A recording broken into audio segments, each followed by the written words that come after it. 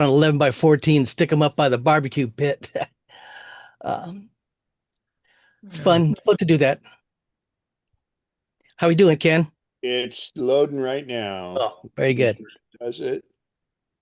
11 by 14, stick them. Yep, there it is. We're live. All right. Well, again, Sorry for the delay. it's all good. Good morning, MacNexus. Hope everyone's having a good summer. Um, Welcome to the Apple Tech News segment of our meeting. There have been some additional news since our July general meeting. First up, on July 31st, Apple released its Q3 2025 earnings report. It's the quietest quarter in Apple's seasonally affected financials schedule. This period is considerably better than they first thought it was going to be, but Apple reported 94.2 billion in Q3 revenue.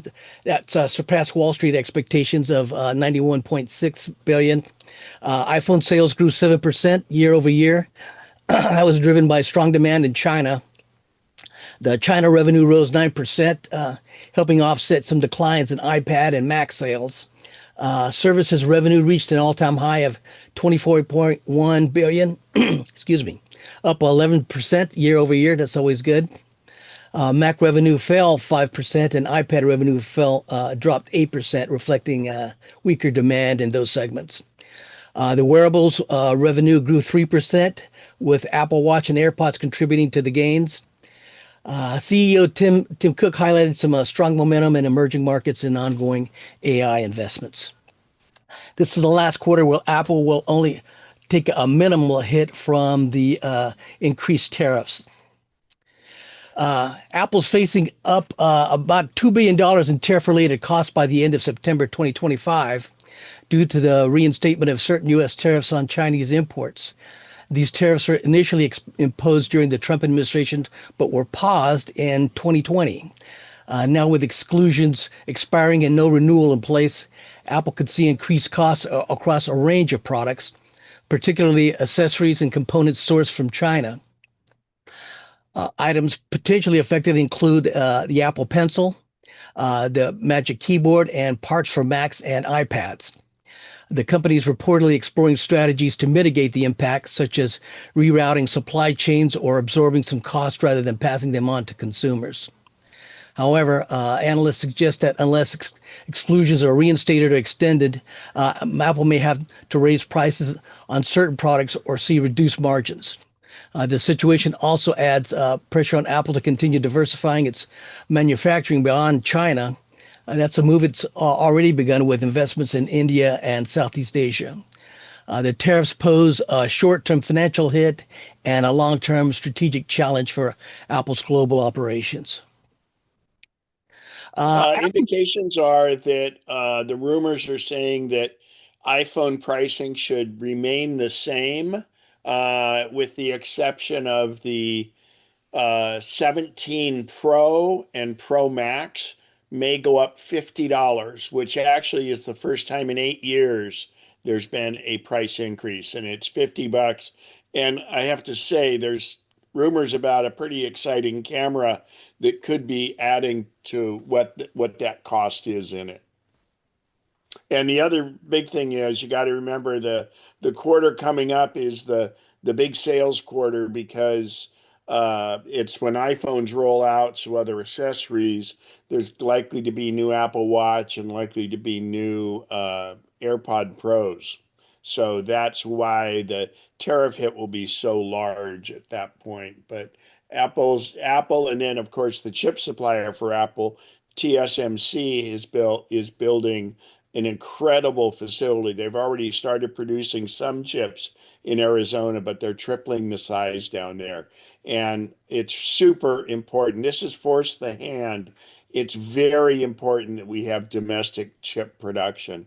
I mean, it's a matter of national security, and it's you want to be able to have that homegrown.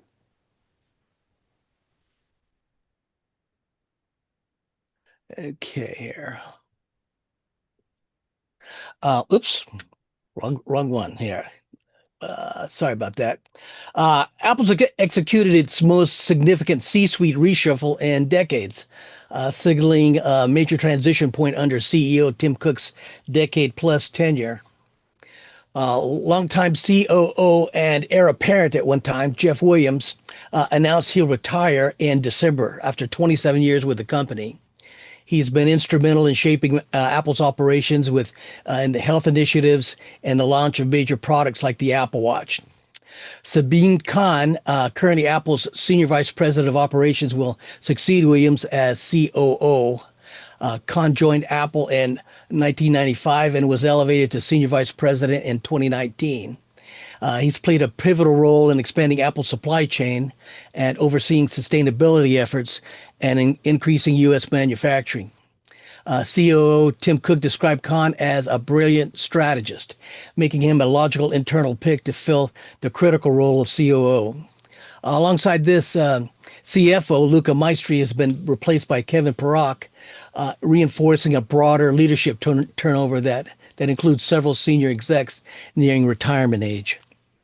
Yeah, the age of the C-suite is getting higher and higher, and so really these aren't anything I mean it's time because they've been doing it a long time, and none of them need any more money at this Now, point because of now, their holdings. And I should point out that Jeff Williams was the heir apparent, and it doesn't look like he's going to get there. Otherwise, he probably would have stuck around because Tim Cook's doing well. And yeah. that COO position is actually where Tim Cook came from. He was the COO before he was the CEO. Despite these shakeups, Cook is approaching his 65th birthday in November and shows no sign of preparing a handoff. The board appears unhurried in establishing a successor. While Cook continues to enjoy strong support on Apple's board, some analysts argue the company now needs a product-focused leader to drive innovation, particularly in artificial intelligence, where Apple has seen falling behind competitors. Uh, it's a matter of opinion, but it's all important. So, who do you think might succeed Tim Cook, you ask? John Ternus, Apple's Senior Vice President of Hardware Engineering, is emerging as a leading internal candidate due to his hands-on role in key product lines. He reports directly to Tim Cook and leads all hardware manufacturing efforts, including the teams behind the iPhone, the iPad, AirPods, the Mac, and other products. Adding to Apple's challenges, in the past 2 months, four AI researchers from Apple's foundation models team have been hired by Meta's superintelligence labs. Mark Zuckerberg's aggressive hiring campaign for Meta's superintelligence team is putting significant pressure on Apple's AI ambitions. These defections highlight Apple's growing struggle to retain key talent and escalating competition for AI expertise.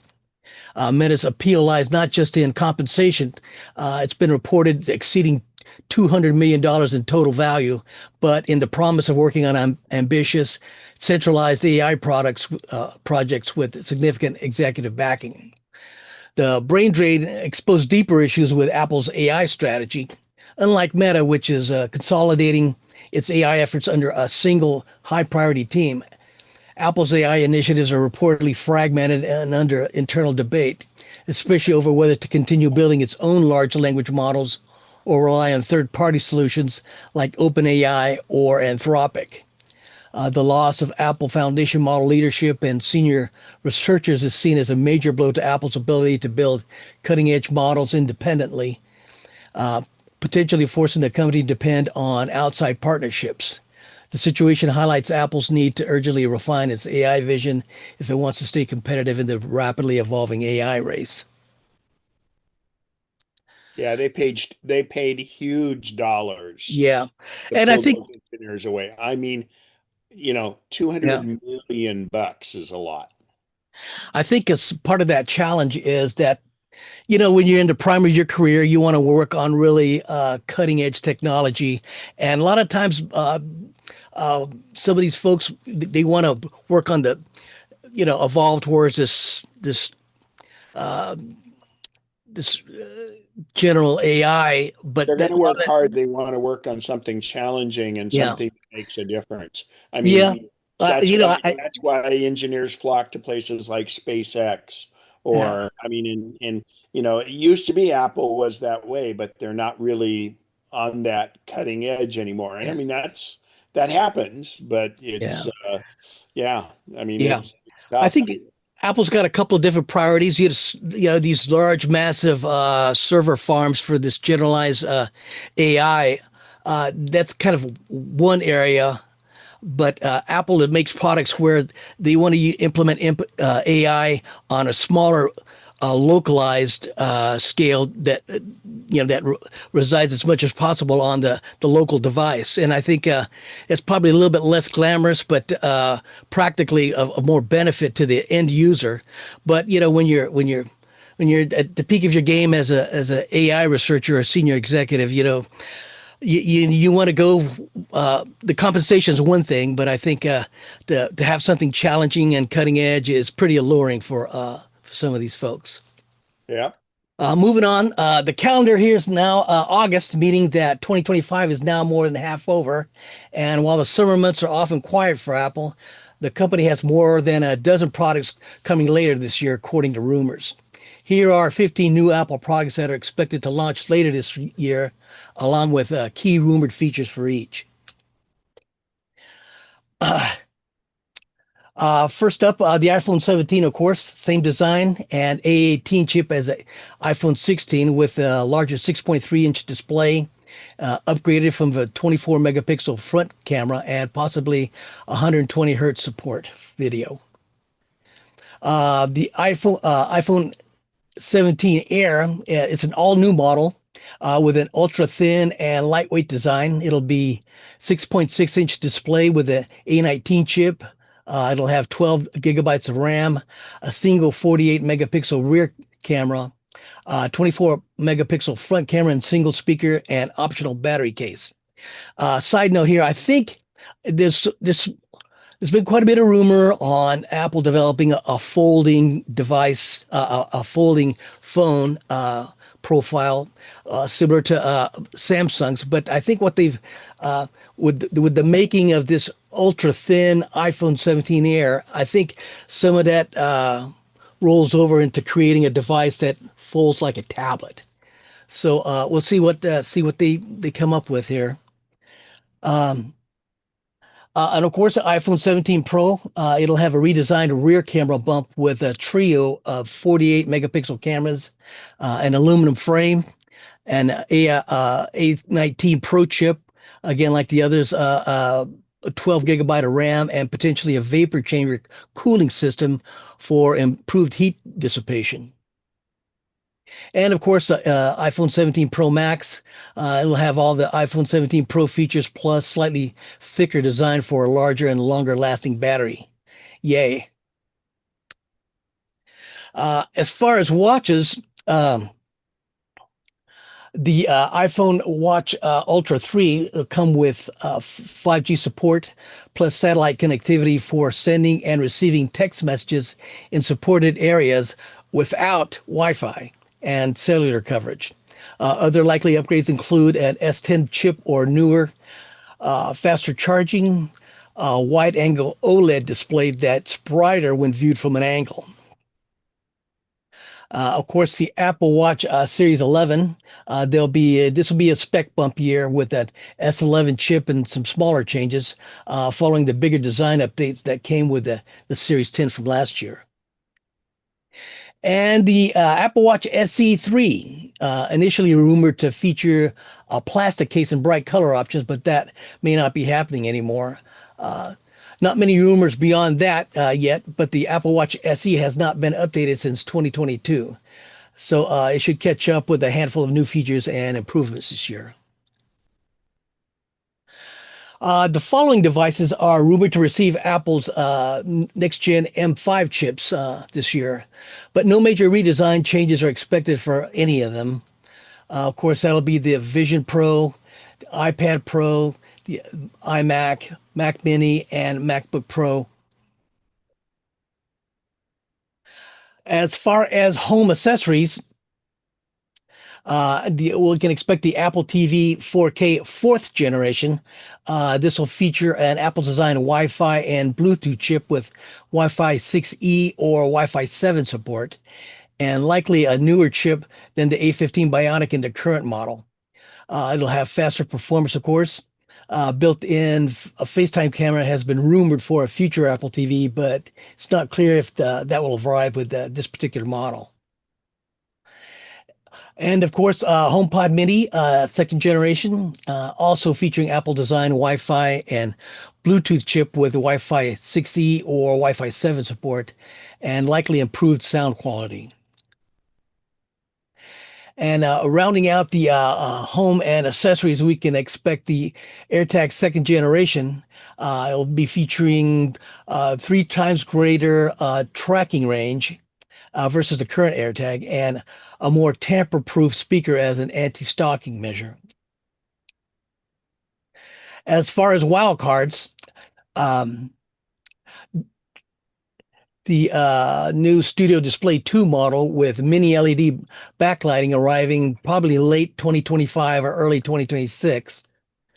Uh, we can expect the updated AirPods Pro 3 design and improved active noise cancellation, but rumors have been conflicting about a 2025 or a 2026 launch. And last, Apple's been rumored to be planning an all-new Smart Hub, which may be something like a HomePod with a square iPad-like screen.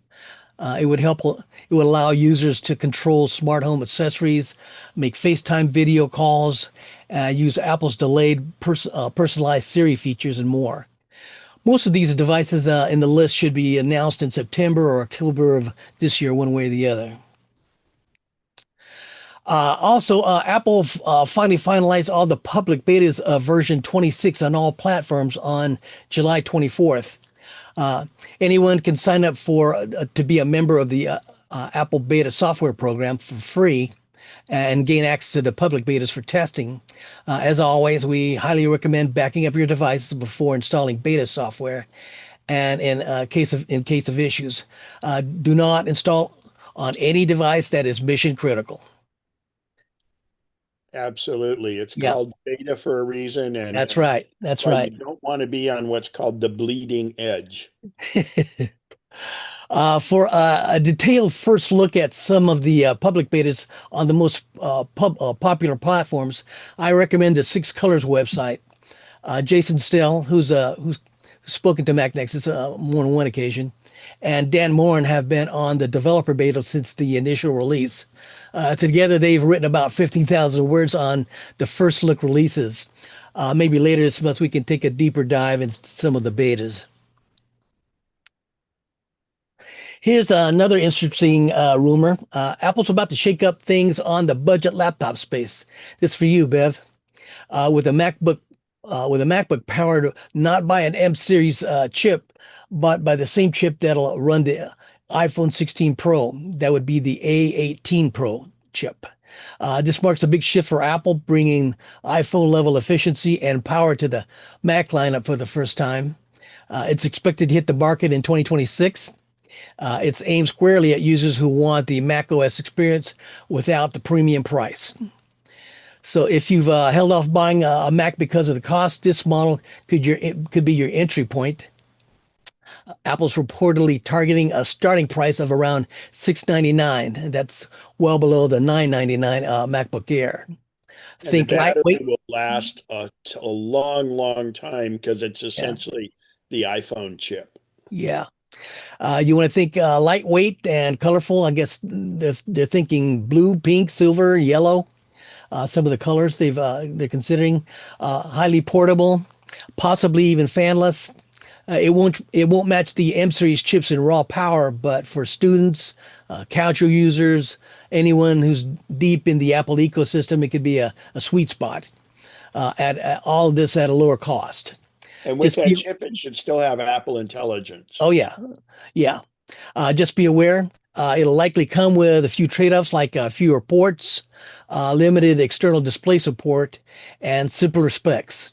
So for the price, it could be a game changer. Excuse me. Oops, sorry about that. Oh man, my own turned around here. Sorry about that. Some Apple-backed research has introduced a new AI model called Wearable Behavior Model, which uses behavioral data with Apple Watch and the iPhone, like activity levels, sleep, and mobility to predict health conditions with impressive accuracy. This is trained on data from over 160,000 participants.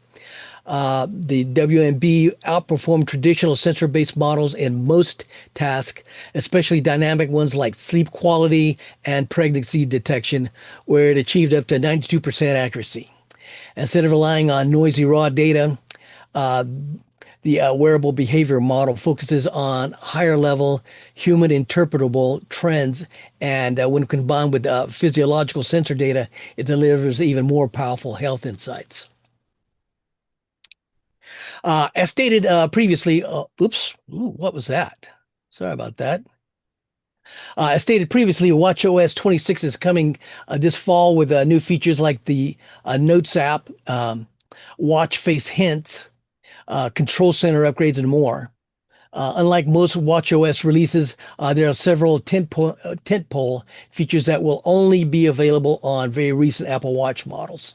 So if you're looking forward to getting liquid glass on your Apple Watch and a variety of other new watchOS 26 features, all you need is an Apple Watch Series 6 or newer, Apple Watch SE2, or any Apple Watch Ultra. Okay. But for certain tentpole features, hardware requirements are much more strict. Four new features with limited Apple Watch support include wrist flick, which is a hands-free gesture for dismissing notifications and silencing timers and more. Live translation, which lets you message with people who don't share your language. Automatic volume adjustment, which ensures that notifications, incoming calls, and other noises are at a suitable level for your environment. And updates to smart replies, which make the suggested replies you see in messages more relevant and contextual than ever. Each of these features has the same very limited device support. They're only available on three current Apple Watch models. That would be the Apple Watch Series 10, the Apple Watch Series 9, and the Apple Watch Ultra 2. Essentially, only Apple Watch models that launched in 2023 or later are supported. So if you're interested in any of these upcoming Apple Watch 26 features and have been considering a new Apple Watch hardware, this might be the year to upgrade. In Apple, that regard, any Apple Watches that have been sold for the last year and a half do not have the pulse oxygen sensor activated. It's a patent infringement case that'll go away in 2028. But if you were to purchase an Apple Watch in any other country except the US, it would be active and you'd be able to use it here, and you'd be able to, and even software updates wouldn't affect it. So just if that's a feature that that is, it's the pulse oxygen level. In other words, it's like the little thing you stick on your finger that shows you the percent. Oximeter. Um, you you'd have to buy it in another country. What did you say, Bob? It's not, they're called an oximeter. yeah, Oximeter is the yeah, name of the whole device. Yes, it's yeah, a pulse ox sensor, and it does your percentage of oxygen. And it's nice because the watch, just like heart rate, will periodically poll it and store that info. Just so you know. Thanks, Al. yeah, And again, it's not in the SE version, but it's in yeah, all the others. yeah. Apple's upcoming iOS 26 introduces a powerful call screening feature designed to significantly cut down on spam calls. When an unknown number rings, your iPhone automatically answers it. It asks the caller to state their name and reason and displays a transcript so you can decide whether to pick up or send the call to voicemail. The feature operates silently in the background, no ringing, and works entirely on device to preserve privacy. It also includes new text messaging filtering, moving suspect spam to a separate folder in messages. Tree-related functionality like hold assist keeps you from listening to hold music, and translations filter unknown contacts before they interrupt your day. Yay. I'll take one of those. Yep. Yeah.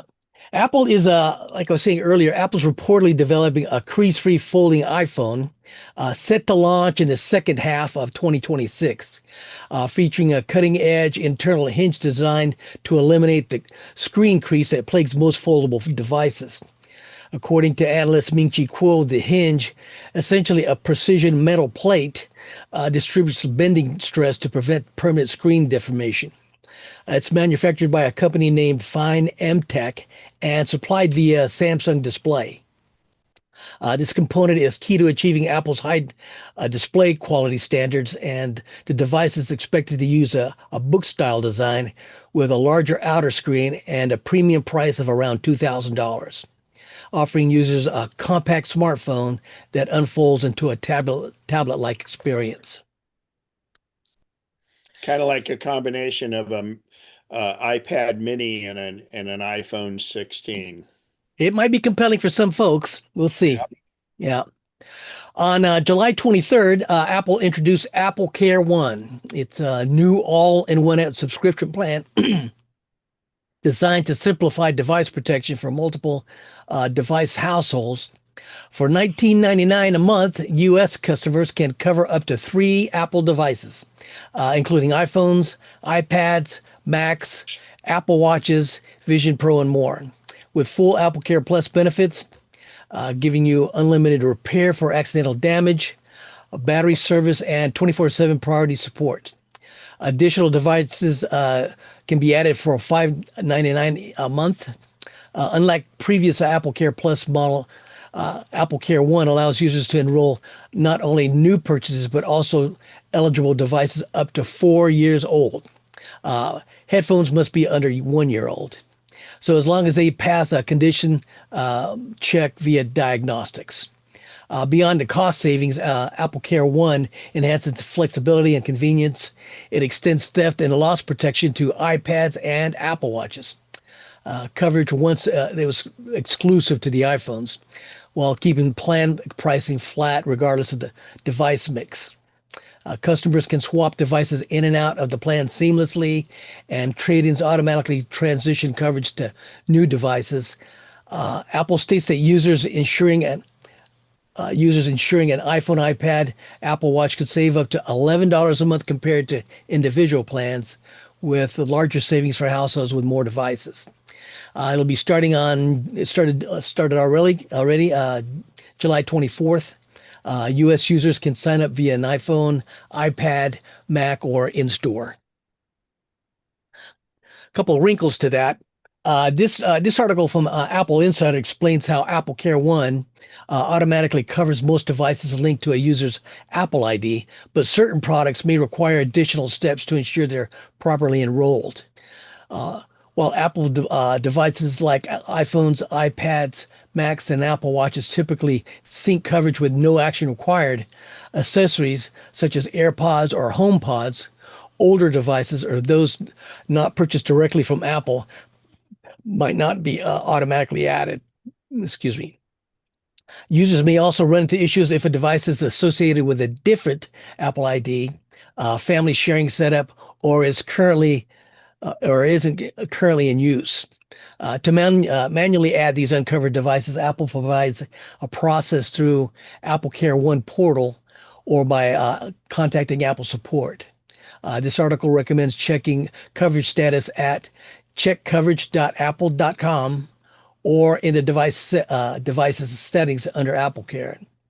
If a device isn't listed, users can verify eligibility and submit a proof of purchase if needed. Importantly, Accessories must usually be paired with a primary device like AirPods with an iPhone to qualify. By following the proper steps, users can ensure all their devices are protected under single Apple Care One plan, avoiding future coverage gaps or repair surprises. And finally, today, if you are an Apple memorabilia nerd, a company called RR Auction is conducting an auction called Steve Jobs and the Apple Revolution. The collection includes an assortment of Steve Jobs and Steve Wozniak signed items, rare computer prototypes from different eras, and Apple dealer memorabilia. Even if you don't bid on anything, it's worth perusing the items just to see how far Apple's evolved and the wide range of products that they've created. The auction ends on August 21st.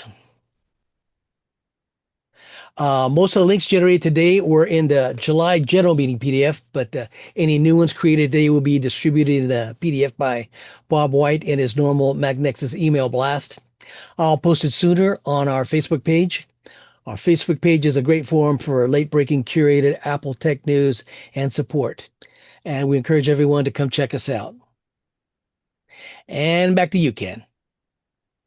Awesome, awesome, awesome. Thank you, Al, as always. I'll tell you, it's I mean, what an incredible trove of information. Harm, Lot of stuff out there. you've got your hand up. Go ahead. Or are you waving? Harmon, you have your hand up. Yeah. I know you're going to be out of the country, Kim, but could you say again the actual date for the release of the Apple phone 17? Sure. Yeah, and so right the rumors are very strong that it will get there'll be a presentation of it, a keynote. Looks like September 9th. They're saying the week of September 8th. So September 9th would be the when the keynote would be. And then I'm pulling up my calendar here. So that's generally speaking, it's Monday, Tuesday, or Wednesday, and Tuesday is usually it. And so that would be it. Then it would go on sale on the 12th, and that's that Friday. And then it would be available, shipped to your house or in store on the 19th of September. So, yes, I'll be traveling, so it presents a bit of a conundrum for me, partially because I may take this trip without my big mirrorless camera. And the latest rumor points to that the new iPhone Pro Max will have a 8.5x zoom on it instead of the current 5. And that makes it the equivalent of a 240 millimeter lens. And they're also going to make the telephoto lens have a 48 megapixel sensor instead of the current 12. So that would be substantial. And or actually, I think the current one might be 24. I can't remember, but anyway, so I used AI to figure out a path for me to make this work because I'll be in France when the thing gets introduced, and so I looked at possibly ordering it and picking it up in Paris at one of the Apple stores in Paris. But it turns out that AI told me that I might be better off doing it in Oslo, which is where I go after it. So I'm looking how to do the logistics of it. And the irony to the whole thing is I may actually save money. Well, I'm trying to think because it's my understanding, Al, the iPhone is excluded from the high tariff, isn't it? Well, maybe some of the parts aren't, and the supply chain. They're also getting a kind of multiple challenges on, the final end product. They Yeah, had some and all the they had rumor prices some do not. exclusions, but I think the I think that ended in 2020, and we'll No, that see. was the old one, but they did a new one when they introduced it, and I Okay. thought they. But we'll check on that. But anyway, so what happens is if I get it in either France or um, in Norway, it would have a 25%, 20 to 25% VAT tax, which is essentially a sales tax. But then what I do is when I leave the country, since I bought it for my own use, when I leave the country, I get that refunded. So it could, and it also say it, it could cost me less depending on what the tariffs are. But secondly, I have the original Apple Watch Ultra, the first version. And if I get the watch out of the country, of course, I'll be able to have the blood oxygen sensor in it. So Ken, let me pass on this piece of information to you. When we were in Ireland, and sadly, my wife's phone got stolen, and fortunately, I had the Apple Care theft coverage and stuff. But and I tried to file there in from Ireland, to start the process to get it to replace and stuff. yeah, yeah, Uh, no, I'd be buying mine outright. okay, okay, okay. I'm on the upgrade program, but I would be off of it for this time, and Uh, because I can't turn it in time anyway because I'm gone for 4 months. yeah. So It, yeah, my point was that there was in order to file for some of the replacement with the Apple Care Plus theft, uh, you have to get it in the country that it was purchased. So I'm not right. sure if they'll impact you if you wind up taking possession of it from a different country.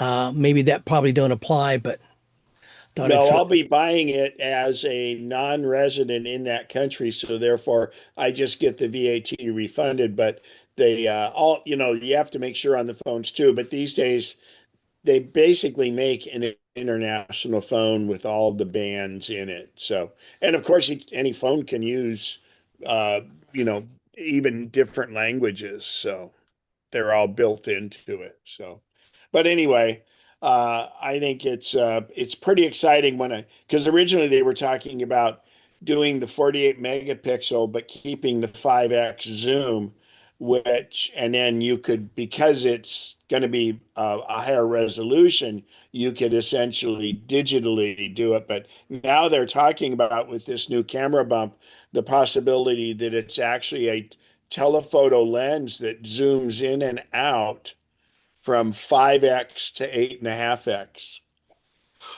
And that's maybe why they're putting that big area in there. So, And they're increasing the memory to 12 gigabytes, which always helps. yeah. Randy, go ahead. Yeah, on the phone, looking forward to, of course, the 17, even though Macworld back on July 6th put in a story for some reason, I think it was on the Air version of the iPhone, why I'm skipping the iPhone 17, 5 reasons you should wait too. But I'm on the upgrade program. I'm looking forward to it. And the $50 increase that you mentioned during the Al's presentation, that's only on the upgrade program, $2 a month Yep. increase. So that's good. But on the Apple Care program, I should make a point on that yeah, because that's been the price for the last 8 years. And it started at 64 gigabytes. And now that same price, you get 128 gigabytes.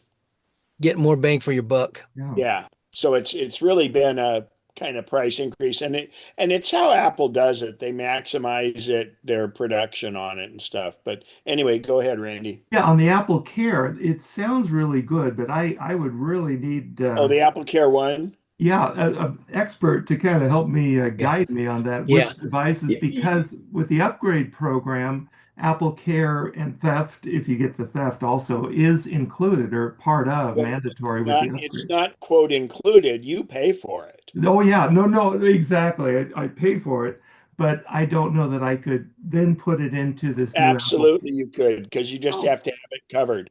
And what it does is then I mean, from everything I've read, please check it to be sure, but you then can cover an iPad or and other devices. So it should, and it's smart of Apple. What they've done, they've analyzed what it's cost them for Apple Care in the past, mhm. and it's if they can get a higher take rate, it's all about revenue. Yeah, And remember though, like your iPhone screen isn't you pay a deductible if you break it, yeah, and that's how they kind of get around that stuff. So yeah.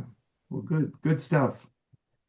great. Any other questions on all the great info that Al put in there? And if not, we will go on to share my screen and go to Keynote.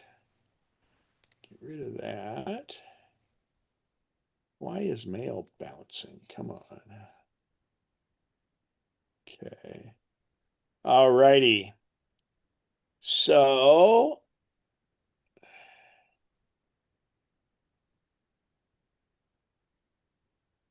all righty. So we're going to talk about travel, planning, and that kind of stuff, uh, maps, and navigation. And most of the people that are here were at the meeting, but we'll go over those. And basically, these are the icons for them. So first and foremost, and it's you can use this while traveling. I use navigation all the time because it has saved me so much time helping me get around traffic. I mean, there might be I mean, with all the construction projects around Sacramento and everything else, it's really, really good for rerouting you depending on what's going on. My favorite for that is Waze, and I think Waze does a fantastic job. I also use Apple Maps, which has improved dramatically over time, and it's kind of the default on your Apple devices. And then I also use Google Maps, and I'm going to turn my cursor on here. So this is how they look. This is the Apple one, Google Maps, and Waze. Now, when we're in a car and we want to have, now there's also CarPlay, which a lot of cars have, and all three of these are available in CarPlay. Um, if you don't have CarPlay, you'll find that you can. For instance, have a place where my phone mounts just to the right of my steering wheel, so it's in my view. If I'm looking forward on the road, I have it. It's a MagSafe. It actually clips to the back of the my screen there, and it works very, very well. In fact, so much so that for instance, when we went on the Great Race, not on the race because we're not able to use phones, but when we were driving the diesel pickup hauling the car and the trailer the whole way there, I have to have my phone up, and so I just get a little MagSafe where the you can hook a cord to it and charge it, and then it just goes and screws right into the vent on the car. So it's really, really good, and it's a temporary one. I'll I'm not sure if I probably won't take that with me when I go on my trip because I'm only renting a car. We're renting a car in Tasmania and in France, and that's it. So I'll probably mutter through and not carry a phone mount with me because there's a lot of stuff to carry. But that being said, Apple really did a good job of making voice guided directions work very, very well. So, and I don't say the word SIRI because it'll make all of your devices active and start talking to us and everything else. So I say Shlomo. That was actually, I think it was Leo Laporte started doing that. So anyway, you you can have your phone just sitting there and you can say, hey, Shlomo, give me directions to um, uh, Fairfield, California, for instance. And it'll fire up Apple Maps and give you voice guided directions. And, to be honest, even though my phone's up there where I can see it all the time, your voice guided directions do a really good job of navigating you. You don't really have to see the screen. So, and the default will be on your phone, it'll bring up Apple Maps. But you have the option, and what I do is I would say, give me directions to Fairfield, California using Waze. And when I say using Waze, it will then repeat back to me that, and then it will fire up Waze, and the directions will be inside of Waze. And I think Waze is amazing. So depending on time, what I'll do is we'll do some active navigation on these. We obviously recorded it last time, but depending on the time we have at the end of this presentation, we can do some navigations with that. And again, as it goes along, if you have any questions, don't hesitate to to pipe up. I'm also going to talk, because I haven't done this for a while, uh, about traveling and tech and the tools for travel. And I this quote's pretty good, and I looked it up. I had to make sure this was this actual guy's name, but it is. Traveling, it leaves you speechless and then turns you into a storyteller. And it's all about sharing the travel, and sometimes it's uh, I love sharing the travel, but you have to be careful because it's not. I love sharing it because to me it's all about learning new things and new cultures and stuff. But it's hard because sometimes it's like, well, I'm not trying to speak about, oh, I was so lucky I went there. It's like it's just about sharing it because there's so much to see. Speaking of that, this was a week ago right now. So my last Saturday, I went to there was a Tesla event, not by Tesla, but it was called the X Takeover. It's about SpaceX, Tesla, Rivian was there, a bunch of the other things down in San Mateo. And I left there and drove to Yosemite. And so that night, I captured this with my iPhone, and that's the Milky Way from Glacier Point. And this was about 11 o'clock at night. So it was pretty cool. I have more photos of it. Then the next night, I decided to go up to Tenaya Lake up in Tuolumne Meadow because I'd done a bunch of Googling and I looked at AI and I said, oh my gosh, okay, where am I going to do this? And that was the Milky Way at Tenaya Lake Monday morning at about 12:15 a.m. So that was it was a pretty cool trip, and it was really neat. And here's an iPhone version of that same one. What I actually did here in doing this photograph, it's a little more apparent here. So the road, well, first of all, it's like midnight, right? And luckily, I made sure that I had bear spray with me because up in Tuolumne Meadows, it's kind of like everything's really quiet. And of course, it was so quiet. Every little sound you hear, it's like, does that sound like bear paws coming up on me? But anyway, um, over to the right here around Tenaya Lake, and this is just something for you photographers. Um, the I use this branch to block where the cars would come up the hill and turn and go right along over here. So it was nice because that would have just disturbed the photo. And I, just positioned myself and used just landscape for that. Um, the other thing is on the iPhone, this was the iPhone version of that. And on the iPhone, uh, I mounted on a tripod And where you have the night shot, you're able to extend the exposure. This is a 30-second exposure on my iPhone. This was done on my Sony mirror. Oh, I'm sorry. This is my iPhone, and this is my Sony mirrorless. I think I have it backwards. Yeah, that's anyway.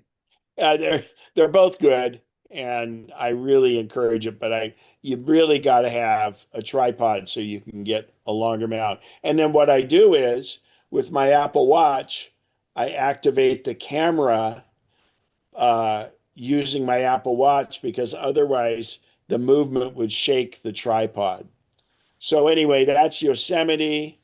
Now we're going to talk a little bit about mapping, travel, etc. And I thought this was a pretty cool one. The old the dividers, so you could do different distances, old old compasses, and I love that this has got a little piece of rope so that it keeps the lid from not opening too far, and then a magnifying glass. And I don't know how many people still use paper maps, but boy, it's nice because I can have all the maps of the world with me. So that's it. We'll talk about those in a second. Now, the navigation apps, uh, Apple Maps, Google Maps, and Waze are apps. But if you also, in the browser, you can use Google Maps. And I'm going to show that when we dig here into travel. In fact, let me show you a reason to use Google Maps in the browser. So let me fire up a new window here, and I go to maps.google.com. Okay, so in Apple Maps on your browser, I'm going to put in a city. Um, let's do London. So London in the UK. Now, it's kind of, and by the way, you have different views. I go down here and I have layers. So this would be the normal one where it's really just looking at the roads and everything. And you can click here and go to satellite view. The other one you can do is if I go in the lower right corner, this little guy right down here, if I click that now, and let's zoom in. So everywhere where it's blue is, let's find a spot here. This is an open space. Let's say I want to see what this looks like. So if it's blue and I go click on it, let's try right here. I click on it, it brings up the 360-degree view. Wow, it looked like a lot of greenery and I don't see any. It's a prison. Is it a prison? Yeah, Wormwood Scrubs is a prison. Oh, that's interesting. And I hope that's not personal knowledge. Too many BBC mysteries. That's the open space. Well, let's try find. Actually, here we'll go by Kensington Palace. Oh, I did one of these because I was looking where on the river I can get a view of, Westminster Abbey. Let's do that. This is a perfect example. Westminster Abbey.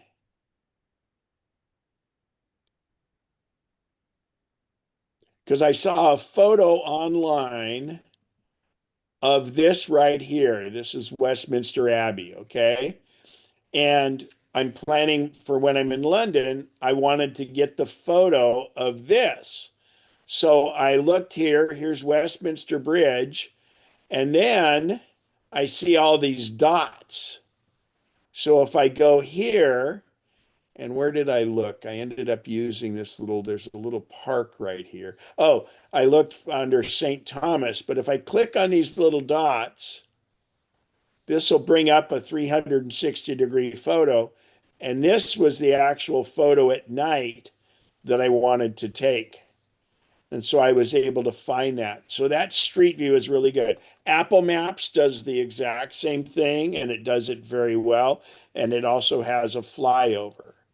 But the one thing I wanted to show you, so we're going to go, our hotel is the Tower Hotel. So I've had that in there before. So if I go there, this is the hotel we're staying at with Gate 1.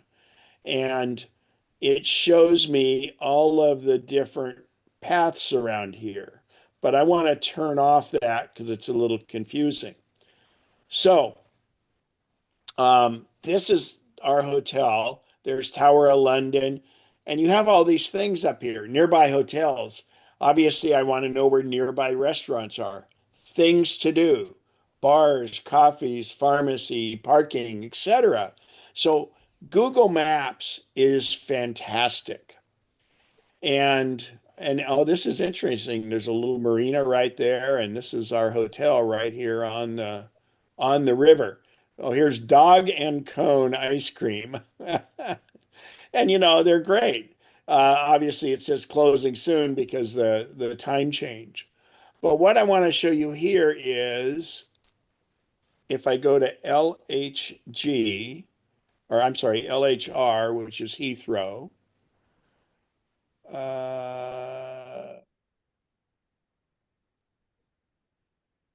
Yeah, the airport. When we fly in, we're arriving at night, so I wanted to find a hotel near the airport. So in Google Maps, I click hotels. Now, I put in my dates. We'll just leave these dates right there. This is at we're coming in earlier than that. But and I want to move this down one. So October, we're going to do one night, boom, and we'll say two people. So you put these dates in, and now you can look in here and say, well, where do I want a hotel? These are all the rates for that night. So I could zoom in and in fact, I think I ended up booking the Hilton Garden Inn if I'm not mistaken here. But anyway, you can just see these over here on the left. Well, the first one is a sponsored ad by the Sheraton Skyline. Or let's say I have corporate code. I have a corporate code I can use for Marriott's. So I could further restrict this and say Marriott, and it will search only Marriott's in that area. Now, if I wanted to move and go over here, I'll zoom in a little and I'll get rid of Marriott's here, but I'll go hotels, and then I can move the map, and you'll notice there's some red dots here. So those red dots don't actually have a pricing attached to them. But if I wanted to zoom in, let's say there was a certain reason I wanted to be around here, I can have it research the area and it checks in there. This is a lot less than it was over by the airport. And here's a Ramada by Wyndham. So sometimes if they don't show a price, they may not have availability. But always do your dates. And then let's just go into, let's look, let's find one here that looks interesting. Here's a 3-star hotel. Well, we'll do this Imperial Guest House, for instance. So you'll notice as I move this around, it shows me where that hotel is. But let's go to this Imperial Guest House. Now, when I've clicked on it, I have the rating of 4.4. And then I always read the reviews. And you want to see how current the reviews are and things like that. and 4 out of 5 stars, 5 out of 5, and then just go through it and see. I also now also it shows you here where some of these reviews they're getting from either trip.com or TripAdvisor, where the other ones, if it says Google, it was somebody putting it directly into Google. So there's 3 or 4 sources on that, so that's really, really good. Um, and then I go back to overview. And then in here, it's hotels.com, booking.com, Travelocity. But I usually go and see, there's other rates here, but I want to go check it out myself. And I click here, and that'll take me right to the booking site for the hotel. Now, this is the booking site for it, so they may not have a regular one. And then generally speaking, in these, you can go up here, and of course, you can decide to have it in US dollars or whatever, but you can go through and check it out. But I find that Google Maps is very good. I'm going to show you one other thing that Google Maps in the computer is really good for. So I went from Ljubljana in Slovenia recently, last fall.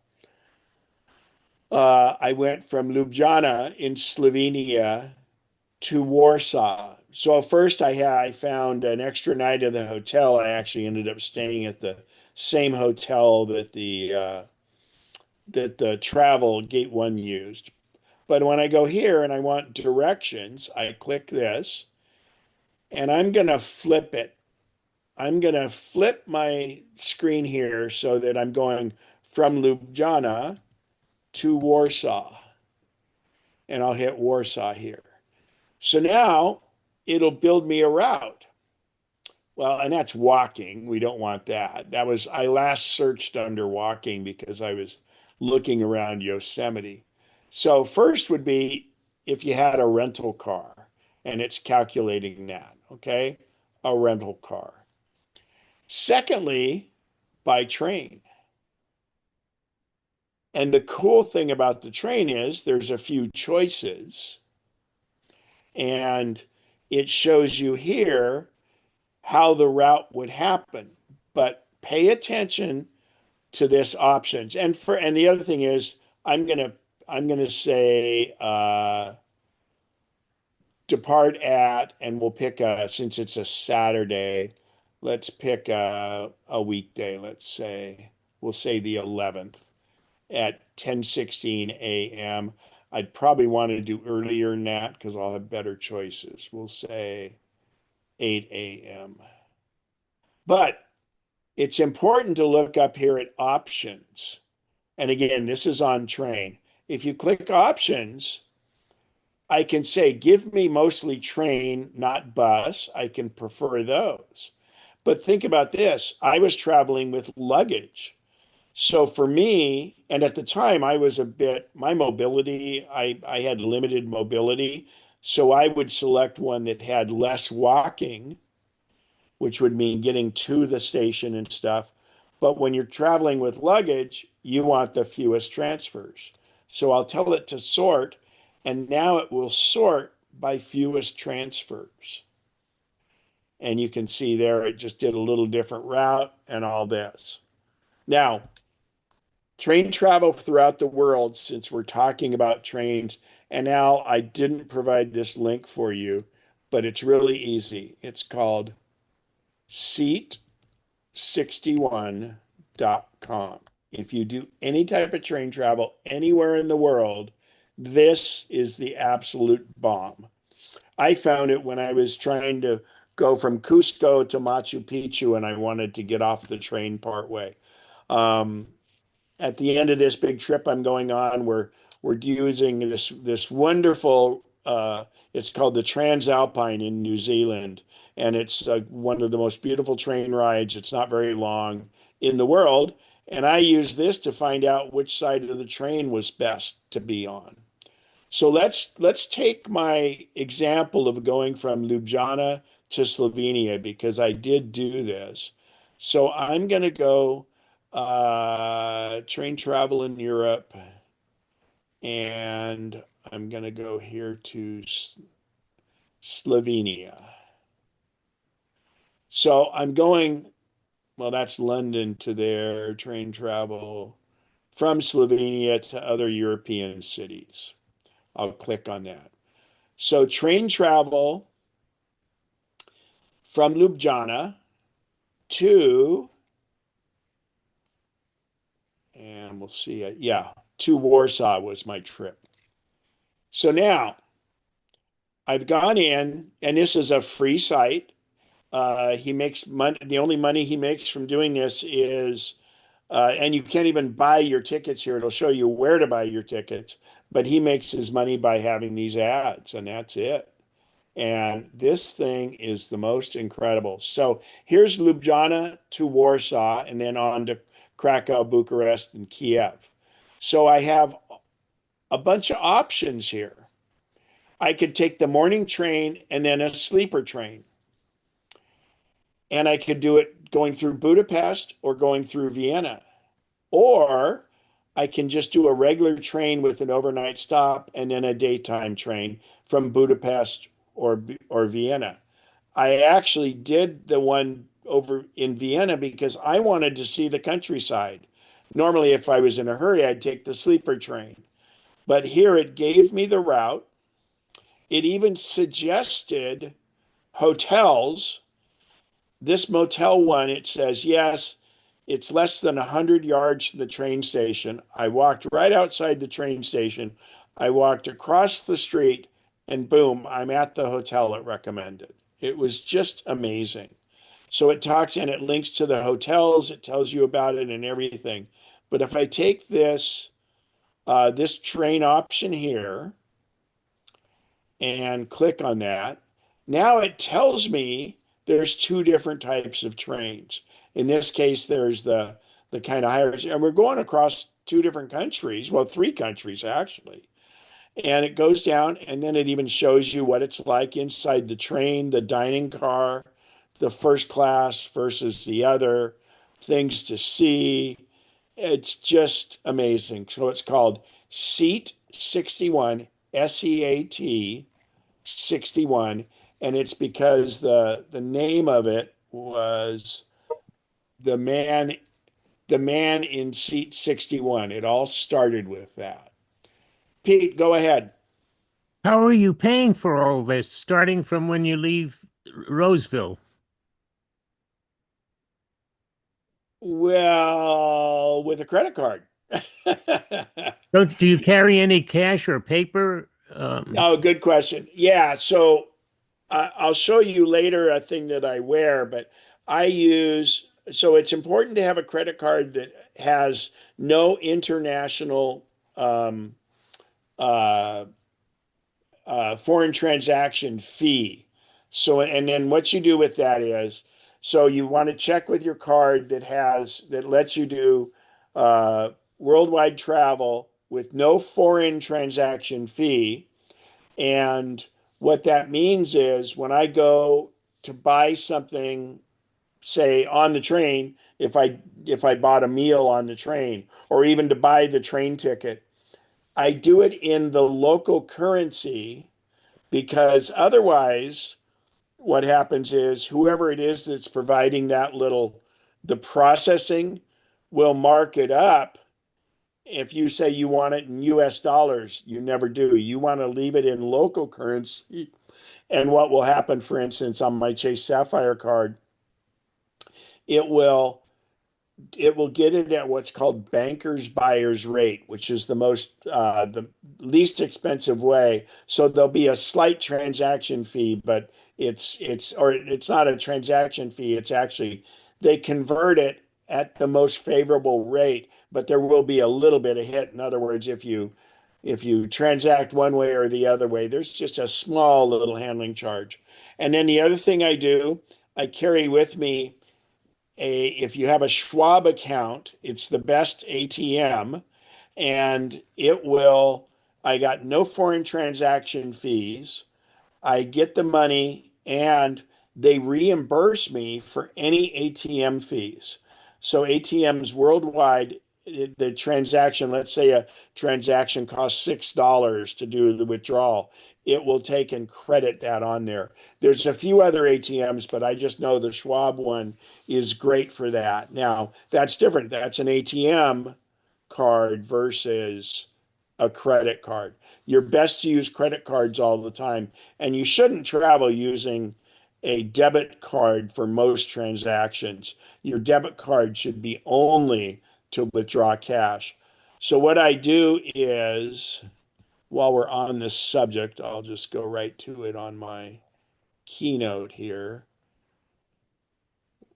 I also get I get $100 bills, and I put them in, I have a plastic belt so I don't have the problem with TSA. And you'll notice there's a zipper in the where the dollar I can fold up to 1,200 bucks because you can go three of them 4 different times on here to have it, and that way I don't have a money belt or anything else. I travel with a money belt sometimes, but I like this because I need a belt. I've always got my belt with me. I'm highly unlikely to leave my belt behind, and so therefore this works very, very well. So, all right, good question. And and Dan, the other big thing is quick question. When you get money from an ATM, you get it in that country's currency, or is there a selection that you have to be aware of? no, you will get it usually only able to get it in that country's currency Okay, because you're good. there. Good. That's why And you're using it. you Yeah. want that. And so the general way I do things is well, I mean, obviously, if you're in Europe, the euro works pretty well, but if you're in other countries, you have to work. So I will, most of the time, dollars work. So I make sure I have some fives and tens and stuff. And the important thing is if you're traveling, no, please make sure you have crisp bills because it's harder for them to change them in. And if you don't have a crisp bill, they might not accept your bill, whether it be a 5, a 20, or whatever, because they have to do it on the open market. But what I'll do is at the airport, I'll find out if I need a SIM card for the phone. I'll do that, but I'll also use my ATM, and I'll think about how long I'm going to be in this country, and I try to get myself enough money. I use credit card for virtually everything, and over there, the nice thing is if you have a meal or something, they come up and do it at your table. So it's safer than here to use your credit card. So Pete, go ahead. Thank you for that. And just one last question. How about when getting chips for your phone as you travel through the countries? Thank you. Yeah, so you're welcome. So first of all, I highly recommend T-Mobile if you travel because I can go to one of 215 different countries. I have free data when I get there. It may not be super fast, but I get free data. I get free text. And actually, on the airline, sometimes you get free internet also. And then if I have to make a phone call, if I'm not on Wi-Fi and I have to make a phone call, that's 25 cents a minute. But a lot of times that isn't quite speedy enough. So what I do is most all Apple phones since the 12 at least have what's called an eSIM. You don't have to slide a SIM in anymore. And they're also dual. So you can keep, let's say you're on Verizon back here. You could keep your Verizon on your phone, but it's expensive to travel. For instance, Mexico and Canada on Verizon, you get your same unlimited for $6 a day. Or if you're in Europe, it's $12 a day. And that's pretty simple. But if you're going for like 4 months, like I am, that would be cost prohibitive. So with T-Mobile, I don't have to worry about that. I get it included. But what you could do is you could leave your Verizon SIM card in your phone because most iPhones now have a dual SIM. And then I use a company called Holafly, Hola. I'll pull up the website. Hang on. And there's different ones of these, but I use Holafly.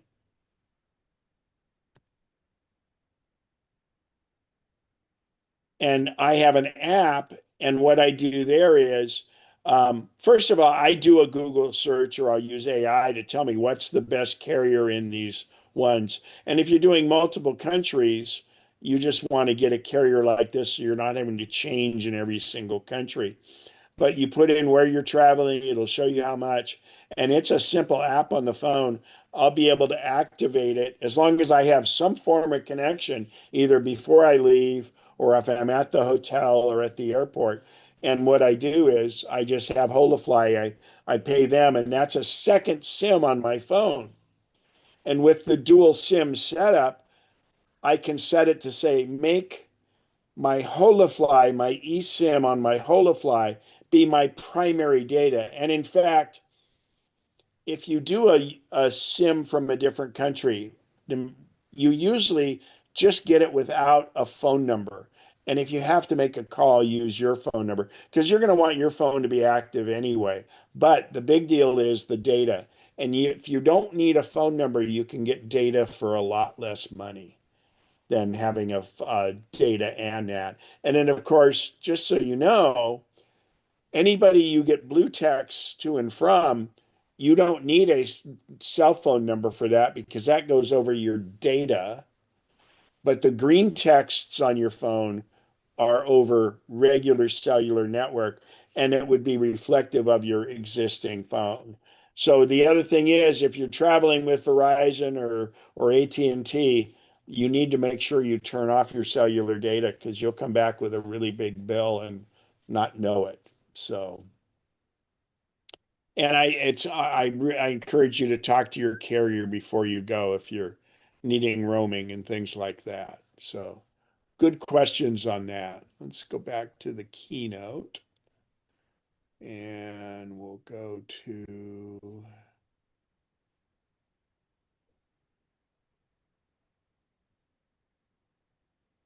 here. All right. And again, I really encourage you to plan your trip using Apple or using Google Maps is really, really, really good. So come on, play. Oh, Keynote, don't be doing this to me again. Ah, here we go.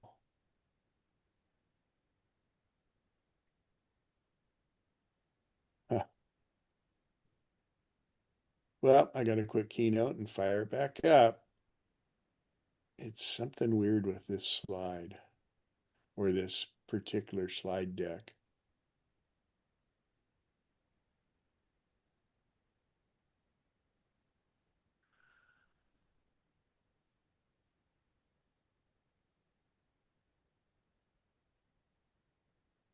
Okay, let's see if this works. There we go. Oh my gosh, this has my old slides on it. Hang on here.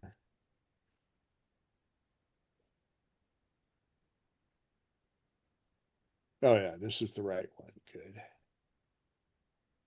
Okay.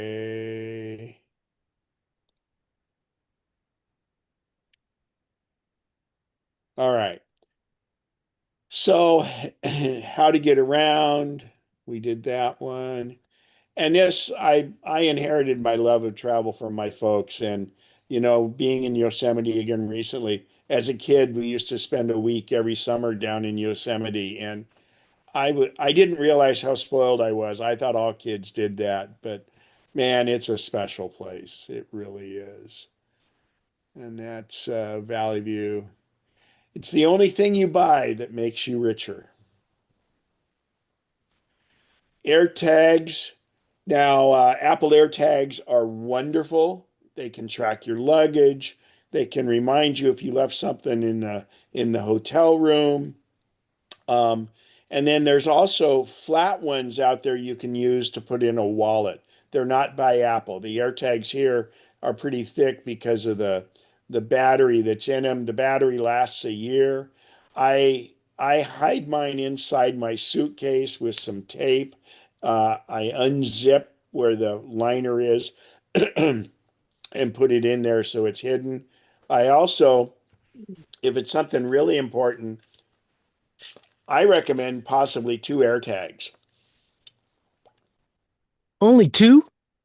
Well, no, on each device because and make the one very visible because if somebody gets your thing, they're so aware of AirTags these days that they're gonna say, "Oh, boom," and they try to take it off.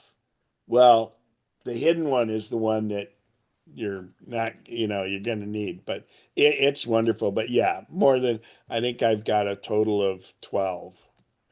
So it So doesn't even matter if the battery is bad on the visible one. Because yeah, that's that's true. But I mean, I look at it like a backup on it. But that's a good point, Bob. Yeah, we need fake AirTags. That's what we Yeah. need. Throw a junk one in there. Yeah, exactly. So vacations can also be around home. This is one thing I really love to do is I go down to this, they have a jazz train where they have, you get on this little narrow gauge railroad road and go down and you and 150 of your closest friends and they feed you a little bit, just hors d'oeuvres and stuff, appetizers, and you ride the narrow gauge railway down and you're sitting on a wood bench in the forest listening to great jazz music or modern jazz. So go ahead, Pete.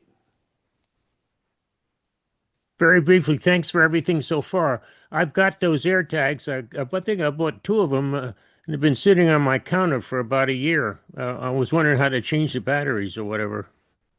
Yeah, so they use the CR2023, the normal watch type wafer battery, and you just press your hand together and turn counterclockwise, and the lid kind of pops off of it. So, and if they're still in the box and you haven't activated them, they might still have some battery left. But when you sync them to your phone, it'll tell you. And then I name mine so I know which device it is. Like I have one that's my backpack, one is my camera bag, one is my large suitcase, things like that. So, Roy, go ahead. Yeah, to change the batteries in my air tags, I go to the Batteries Plus, and it doesn't matter the location. They always offer to change it for me, and I let them do it. They're a good price and good service. Yeah, and that's good. And what I do is I just buy like six in a rack of from Amazon, and I always have those. Oh, and make sure you don't get the ones that say that they're bitter or childproof. What it is there's a bitter tasting coating they put on some of those in case little kids swallow them. They won't swallow them because the bitter, it'll make them spit it out right away. But that coating you have to scratch off for it to make contact. So you want to make sure it's not one that says that it's child safe unless you're in that type of environment, and then you have to scratch it off. So Hey Ken, just a question for at large. One of my AirTags has stopped connecting or it'll get partially. I'm just wondering if other people, I've done the thing, taken it off, watched the YouTube, did you re-signaled it replace the 5 battery? times. Huh? Did you replace the battery? Yeah, new battery, and also tried to reprogram it with the press 5 times. And on the fifth one, it's supposed to have a different signal, different sound come through, and it doesn't. Um, I think Pete said he had had one that went bad, but I just wonder if anyone in the group has had Well, and if they're less than a year old, Apple will warranty yeah, it. it's way over, but Yeah. If you're really concerned about battery life, there are some aftermarket, third party, I should say, AirTag batteries. I'm looking at one here at Amazon, 10-year battery. It comes in a little bit slightly larger case. Yeah. It's Yeah, but about to be you need. honest, I mean, it's when you look at the cost and stuff, it's better to just I travel with a few of the batteries ready to go. They weigh nothing. So, but they do make the ones like the flat ones, the aftermarket ones. One's called Rhino and another one, and they are you recharge them. In fact, they use the wireless charger you charge your phone with. Mm. All right, getting back into more local kind of US stuff. Gypsy Guide has a new name, but I just left this one up here.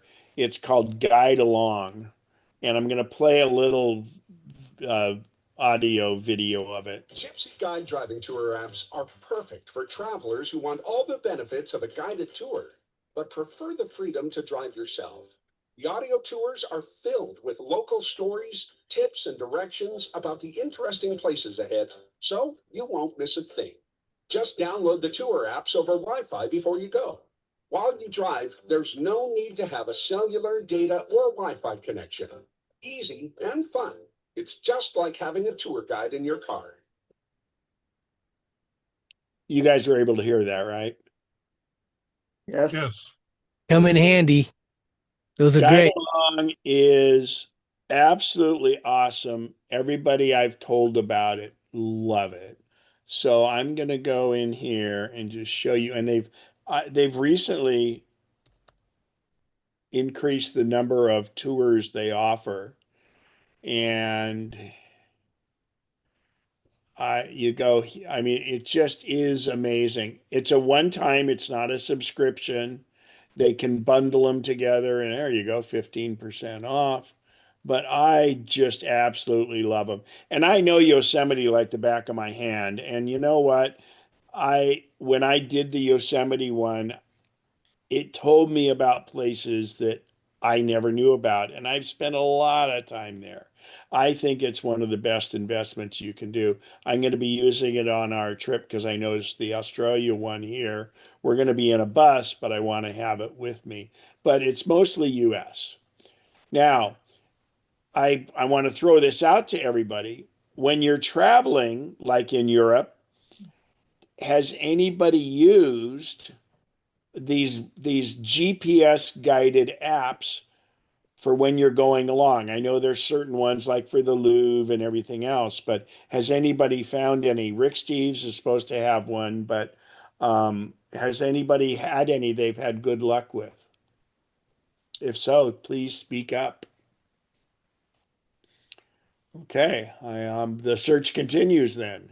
So, and then the other one that's kind of a companion, it's a little bit different than that. This is called Autio, and it used to be called Here Here. And Autio is a little different. What it does is it's a subscription.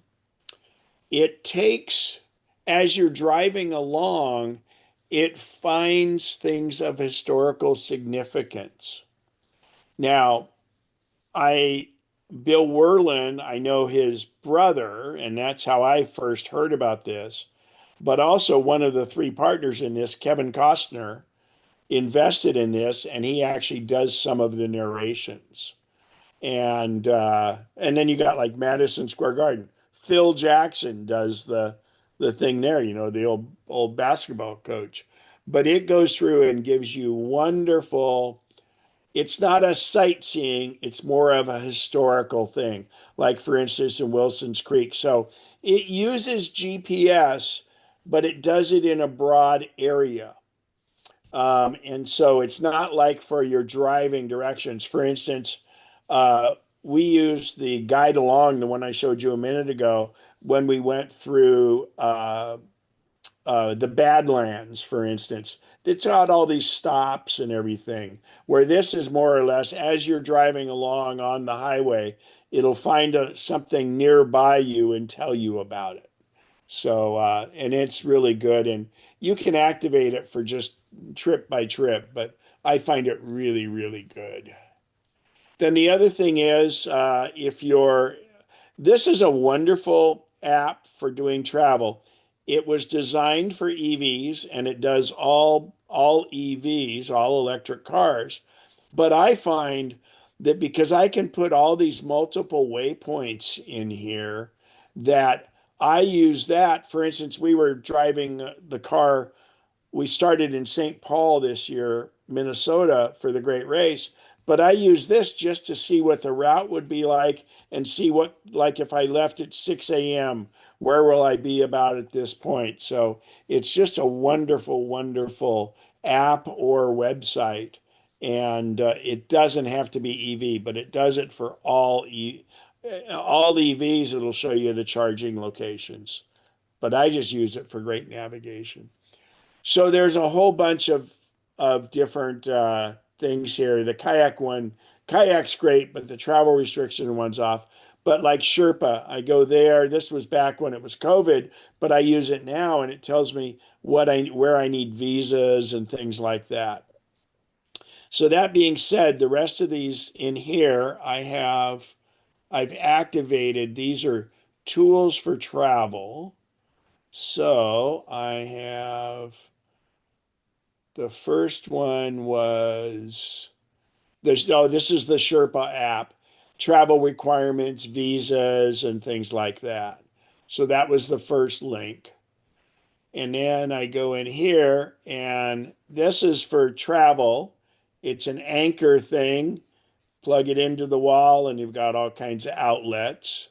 That's a little older version. They have a newer version of it too, but they're really, and then what you do is you just get the plug adapter, and then you can charge multiple things off of it.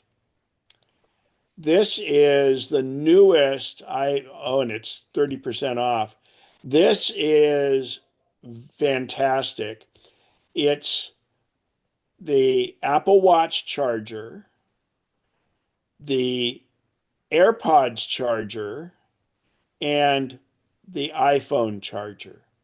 And it all collapses into this. And the key is here, it comes with the Anchor charging brick that feeds all of this, because this is all needed to be high power.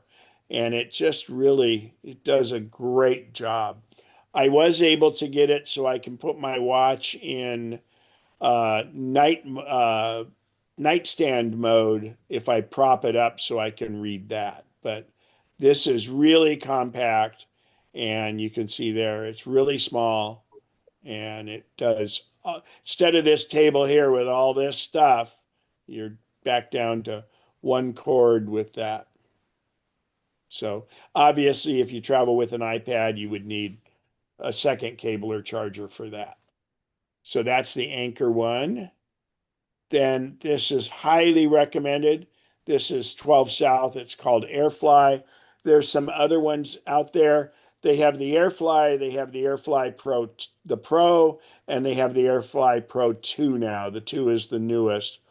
But the SE gives you one, you can connect it to one Bluetooth device, whereas the Pro is two devices. For instance, if you're traveling with someone else, you can plug this into the like, well, here, yeah, you can use this like on the workout thing. You plug it in to where the headphone would go, and then you're wirelessly listening to it. It goes into the 3.5 millimeter jack. And for instance, here on an airplane, you plug it in there, and then I can listen to this in my AirPods Pro or any of my AirPods, anything Bluetooth, or my big, whether you have a Sony or whether you have the Beats or the Apple headphones, they go through this. One additional place I use, well, actually, you can do it in your car if you have one of those jacks. But the other place I use this is when you go on tours, the guide usually has a microphone, and that microphone, they're called, the whisper devices, they call them. So on Viking, they do it. On Gate 1, they do it so that the guide's talking to you into a little earphone. And what it is you can replace that uncomfortable little earphone they provide, put this in the little battery pack that you get from them, and then you can use, and I recommend only using a single AirPod, because if you're walking around, you want to hear what's going on and other things. but I use it for that. Or when you get on a hop on, hop off bus where they always have the different languages, and instead of using the cable because it gets in the way while you're trying to take photos, I plug this into the receiver there and I can be on the hop on, hop off bus. But remember it because you don't want to leave that behind because they're, $50. The other thing is I recommend completely having a loop for your iPhone. There's a newer version of this tab. They make a newer one now, and it goes under the case right here. Inside your case comes out the loop, and then I clip it to this, and this is a long lanyard, and it's very secure. And then there's a wrist version of it too. I actually have the wrist version, and then I use this clip to hook it, the whole thing, to a lanyard. And that way I've got a little extra length. Because you're on the railing of a ship and taking a picture, or you're at Tower Bridge in London and you're leaning over to get a photo. You do not want your phone exposed. And those little pop tabs work okay, but this is very, very secure. It also makes it harder for someone to steal your phone from you. I always, always, always have this ready to go. And then in the evening when I just there's two things I do. I just unclip it. But what you can do too is, because you don't want to lose this, I just loosen my case. I slide this up underneath, not far enough where it gets in the way of the MagSafe, but then I don't have anything sticking out there. But you can still charge it with this tab in there. The charging cable goes in just fine. So I really, really, really, that's a must. Oh, and I didn't put on here walking sticks. The other thing is, this is the best iPhone holder I've ever had. And the reason for that is a couple. You can adjust it. It fits every iPhone size sideways. You're doing it sideways. But you have a big mount right here that you can spin so you can go landscape or portrait mode with it, and the ball head allows you to adjust it. There's a little foot that's magnetically attached, so this can be its own little standalone tripod for if you're trying to do a group shot and you want to be in it or something like that. This one is killer. It just is great. And the other benefit is I can mount it to the top of a tripod, or if you take a regular camera, you can hook this thing up and fit it in the cold shoe of your camera. So in other words, there's lots of options. But I will pull up one in a second here. There's one that I don't want my card. I want my order. This is the newest. I have two things that I have recently updated, and I didn't put the links in. So I will find those because they're killer, and I'll put the links in the chat. Well, the one thing is the backup battery. This is a new solid state battery, and it's very light and doesn't get hot. And then got to get in here. Oh, I just saw it. Hang on. This is it. So this, oh, and the other thing is I now am traveling with this for the airplane. So first off, this is a great battery. It's not from Anker, but it's a solid state battery. So it doesn't get hot and it does a wonderful job. You can just MagSafe this right to the back of your phone, because if you're out and about all day long, your battery may end up going. I'll put these links directly in the chat as we see them. Okay. This is battery. Okay. Then this is a newer version. Oh, that's not it. Oh, there it is. Yeah. Right here. This is a wonderful device. So it opens up, it's all really high, good quality aluminum, and it opens up and becomes a tripod with MagSafe, as long as you have a MagSafe phone. And it's super, super cool, but it can be also a handheld or it sits on the tripod. And that is wonderful. So you can make it into just a regular standalone tripod. And again, this is for like if you're doing a group shot and you want to use your Apple Watch to do the shot, you can do it with this. Just wonderful. And I'll put that link in the chat. And I'll call it tripod.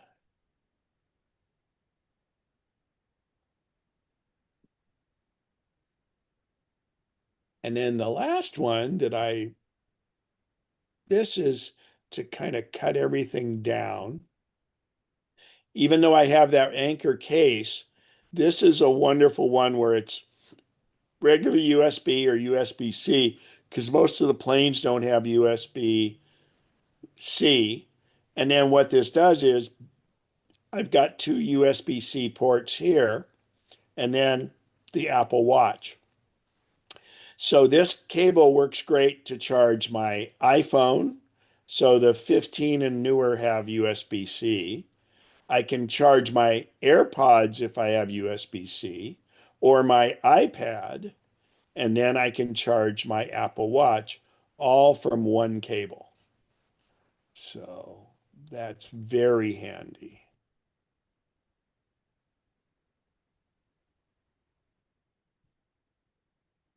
Ken, is there any slowdown with three devices charging off of one cord, or is the cord high enough? Yeah, good question. The cord is not your limiting factor. It's what you've got the cord plugged into that would be your limiting factor. So in this case, if you use the little 1-inch brick that we used to get with the iPhone that's only 1.2 amps, they would it would barely keep these things alive. So you need to plug it into something that's a little more powerful. And on the airlines, they're not that powerful. So what I do on the airline is I have a little plug-in adapter, and I that gives me a better charger. So, but I mean, it depends. But this is also really good. Like this whole thing is a backup for me. If that one anchor device doesn't work for me in the hotel for some reason, I've got this as a backup. What's It's on the other end of this cable? well, it's one end is this, which Yeah. is so it comes with USB A and and uh, and you flip it off and it goes to USB C. So that's one end, and then it's one single cable all the way until it comes with these three ends on the other end of the cable. And I think this one's Okay, not so that adapter is showing you one end of the cable, and one end of the cable that uses either these A or three, C. the other three. Yeah, and Yeah. it's only a 4-footer. So um, yeah, they don't really show the whole length, but I mean it's so again, you're like there's one adapter. There's the good shot for it. So one adapter, and you want it to be a good adapter, and then it goes to the three devices. That's why you were talking about the little brick. Yes. All right, back to those were all the things that Ken, we. briefly, the language one's looking for the amps charging, or what number is one looking for to make it a quote Yeah, unquote I've good got a adapter? slide coming up that'll show you that in a minute, if you don't mind. Okay, sure, sure. So, we're going back to the slides. So, I actually post my pictures and stuff at kenspencer.com. And actually, there's a lot of these links and everything. If you go to kenspencer.com and click on travel, I have the PDF of most of these links, but Al's going to have a more updated version of it for you. Life's short and the world is wide. Well, so am I, but uh, difficult roads often lead to beautiful destinations. And boy, I'll tell you, this is part of the Inca Trail. I did only the 2-day Inca Trail, which really was a long half day of hiking, but I'm so happy I did it because on that track, you see a lot of stuff where the tourists don't usually go. And secondly, there were 8 distinct different microclimates I hiked through in one day. It was amazing. All right. And Um, Go ahead. I just added one thing, a table clamp, which might be useful traveling, but you and I both had hospital stays, and I found this There one you go. it does a nice job of clamping to the little table that they Yeah, a little heavy for travel, but no, that's fantastic. yeah, Yeah, and it because the has worst thing is you big end up enough travel losing to it. That's That great. So it's got regular plugs and that, and Bob just put that in the chat. So that's what this is. that's great. Yeah, no it's kidding. not very expensive either. No, So it's what, $25, and it's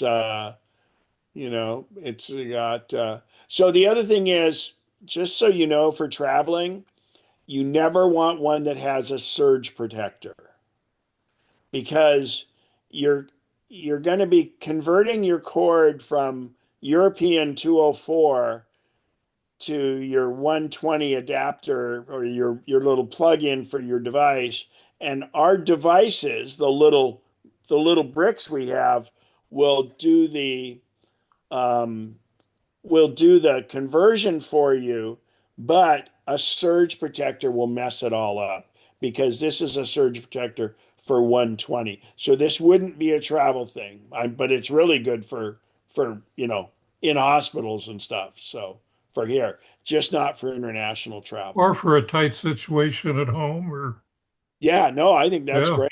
And that would actually work on, the nice clamp there on the edge of a desk. So cool. Good job. All right, back to here. So, a journey of 1,000 miles begins with one step. That Oh was again, my this was God. just Machu Picchu. This was pretty, this was, it was, I'm glad I did it. This was our place near Machu Picchu, and this was in Ecuador. And this was an incredible lake, and it was full of piranhas. But this was my shot. I love that all the clouds were here from Machu Picchu. This was in Ecuador. When you travel, man, try the local delicacies. These things came out you can see the skewer here. When this came out, there were 12 people in our group, and they laid out the river people, the ladies cooked us this lunch. We're down on the floor. That was the best fish ever. It was, oh man, it was just in the middle. It's on the Nazca River, which is the headwaters in Ecuador that eventually becomes the Amazon. And they came out with this one skewer of stuff, and I saw that I want to say there were eight different these little things on the skewers, these things, conturos. And it was I saw that, and I looked, and I'm going, there's 12 of us. And I forget, there were either 6 there were 6 or 8. And I go, well, that's not right. That's got to be something weird because they would have brought one for everybody. So they said, yeah, these things are what they are is a beetle larvae. And it's a delicacy in Ecuador. And they actually go out in the jungle and they find these, and then they bring them closer to their where they live and put them in the tree to continue their larval stage. And then at some point they harvest them and they cook them on an open grill like a barbecue.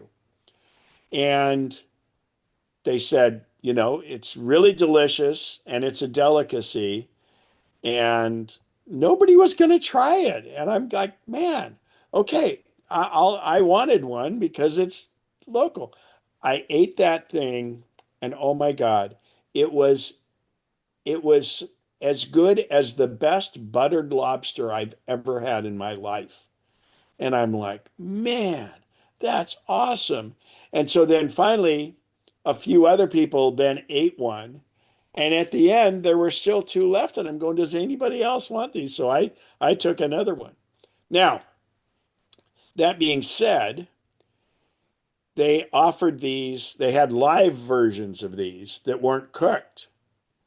And my guide holds this up. And since I was the brave one that did the first one, he says, do you want one of these? And I said, well, do they taste as good as the others? And he goes, no, not as good. They're not as much of a delicacy. And I said, I'll pass. Well, he proceeded to eat one and it squirmed around as he did it. And actually, believe it or not, the non-cooked ones, that's what they use to cure asthma over there. They have that property. So these are Conchtacuros or whatever it's called, and they're beetle larvae, and they were fantastic. The other funny thing is, you'll notice I have war paint on here. So while we were sitting and getting this lunch all ready, I looked outside, and there was this kind of like it was a pod on a tree that's no bigger than a good sized. Well, it was a little bigger than a malt ball, for instance. And I said, what's that out there? And the guy goes and cuts it and brings it in my guide, and he chops it in half. And it had these little spikes on it. Believe it or not, this was way before COVID, but it looked like the spikes on the COVID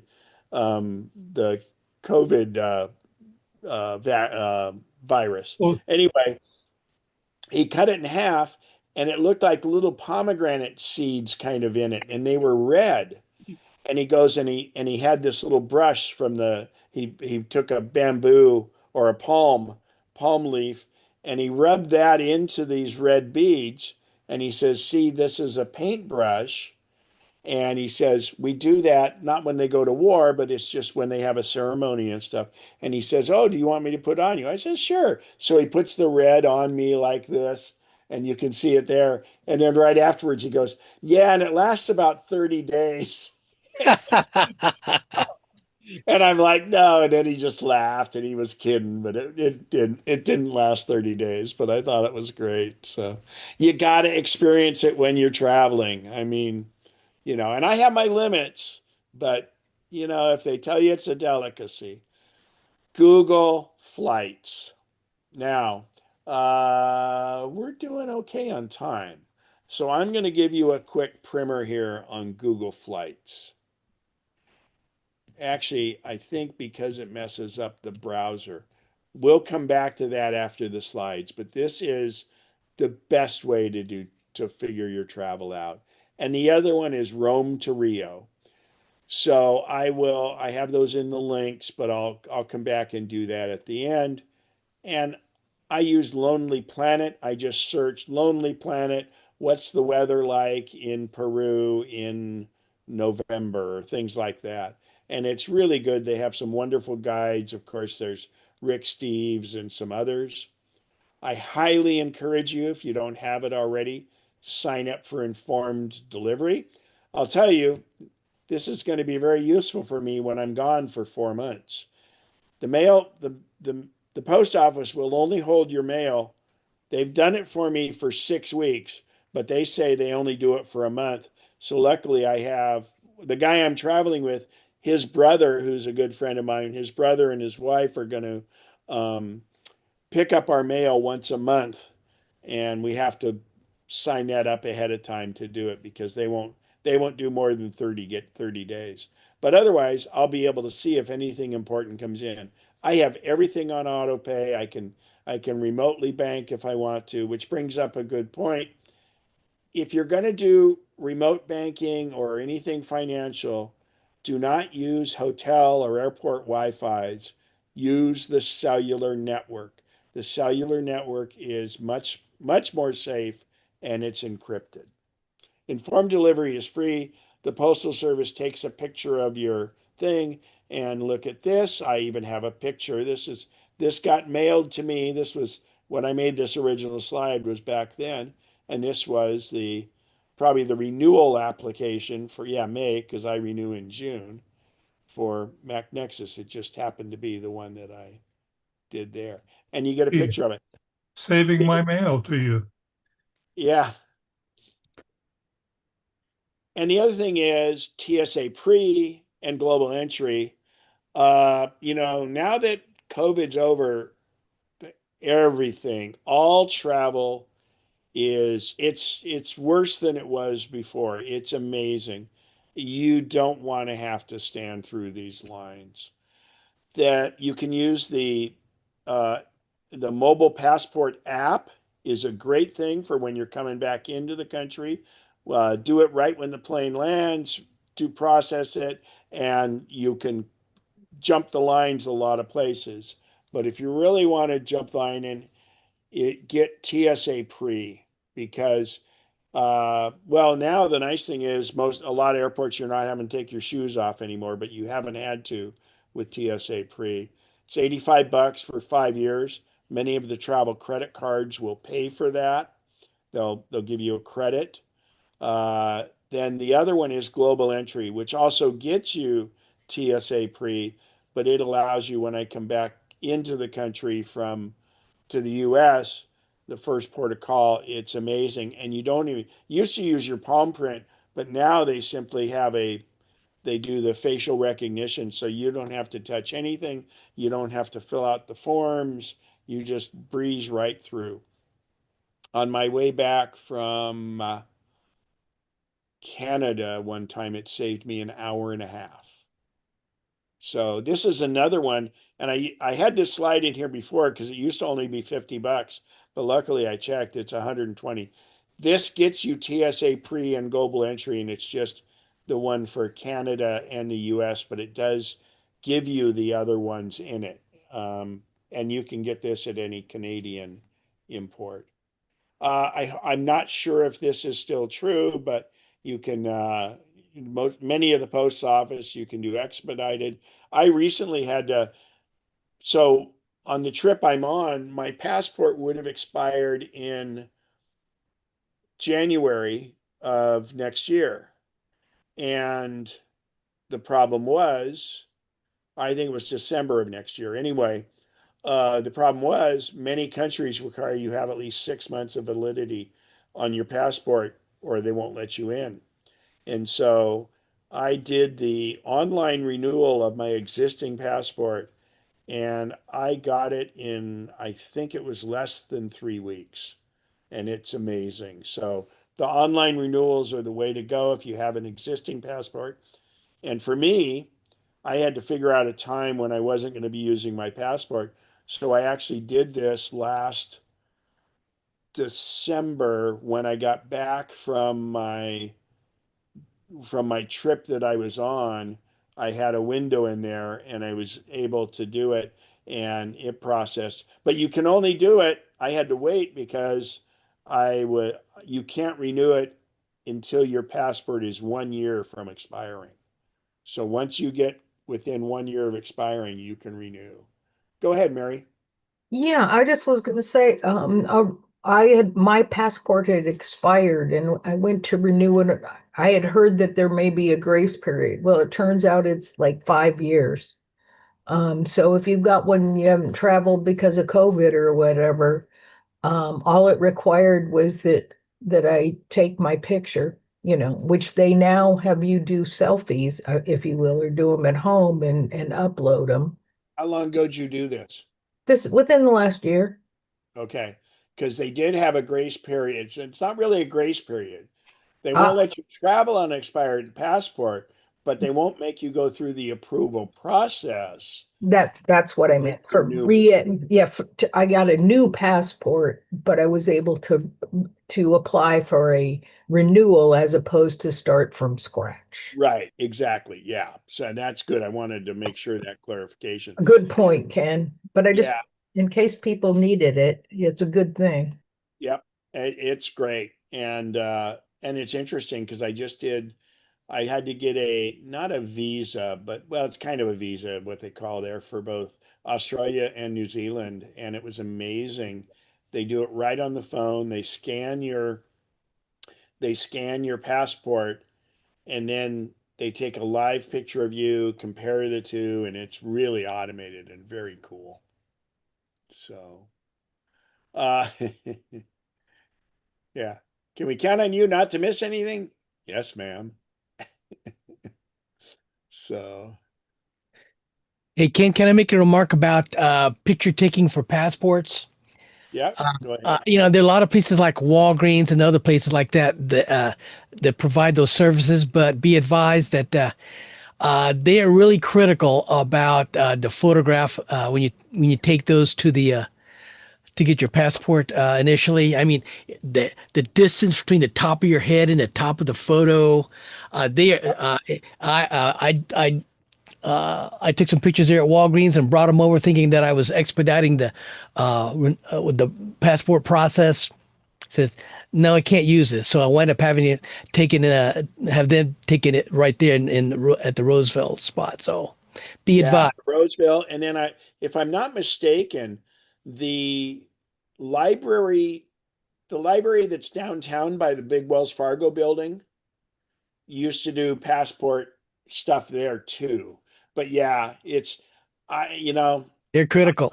I had one done for one of my visas and they wouldn't accept it because it wasn't on photo paper.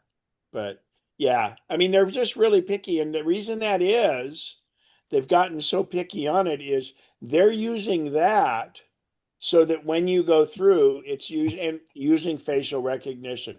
But everybody's going to go, oh, God, facial recognition, blah, blah, blah. You know what? Your facial recognition is already out there everywhere. You don't see all the cameras that do it, but it's out there. So it makes it so much easier for boarding. It makes it safer for you, safer for everyone else. You just accept it. I mean, it's already there, so I think it's tough, but that's why they've become more strict on that stuff. But for the renewal, they had me take a picture here and upload it. I mean, just Right. take it at home. I don't know about for the initial app, but for renewals, Well, and you use the app for that, right? yeah, I just took a picture Yeah, with so my the app iPhone. actually does a lot of that Oh, stuff for you, and it makes it super easy. I think I just used the website, not the app. But anyway, whatever Oh, people, you submitted a picture. Gotcha. I submitted my whole renewal via Yeah, the. they're picky on that picture. There's a lot of criteria, but no, you can do it. I did mine, and the one thing I did is you've got to make sure it's lit well because a Yeah, shadow behind you can create a problem. but they tell you right away if it Yeah, doesn't work. exactly. That's good. Yeah, I mean it's amazing what our little devices can do. So, uh, a little tip is when you're getting ready to leave your hotel the night before, take the two shoes you're wearing and put one of them in or at the safe because you will never leave that hotel room wearing one shoe. So it reminds you to get the stuff out of the safe. This is huge. A flight attendant told me this years ago. Now, again, it's got to be one of the shoes you're wearing in the morning. The other thing I'm going to tell you about safes. So I use a 14 14-inch MacBook Pro. I originally had wanted a 16-inch, but when I took my Morocco Jordan trip and everything, when the new ones came out, luckily I waited because it would have arrived while I was gone. And in that trip, I had a 13-inch MacBook Pro with me. And I'm going, man, I would not be able to get a 16-inch MacBook Pro in only but a few of the safes. So I'm glad I went with the 14-inch. But another little trick in a hotel room, because safes, if let's say you can't fit it in the safe, and safes don't think, I mean, if you're in a shady area and stuff, those safes can be compromised. But what you do is you need to stop and think.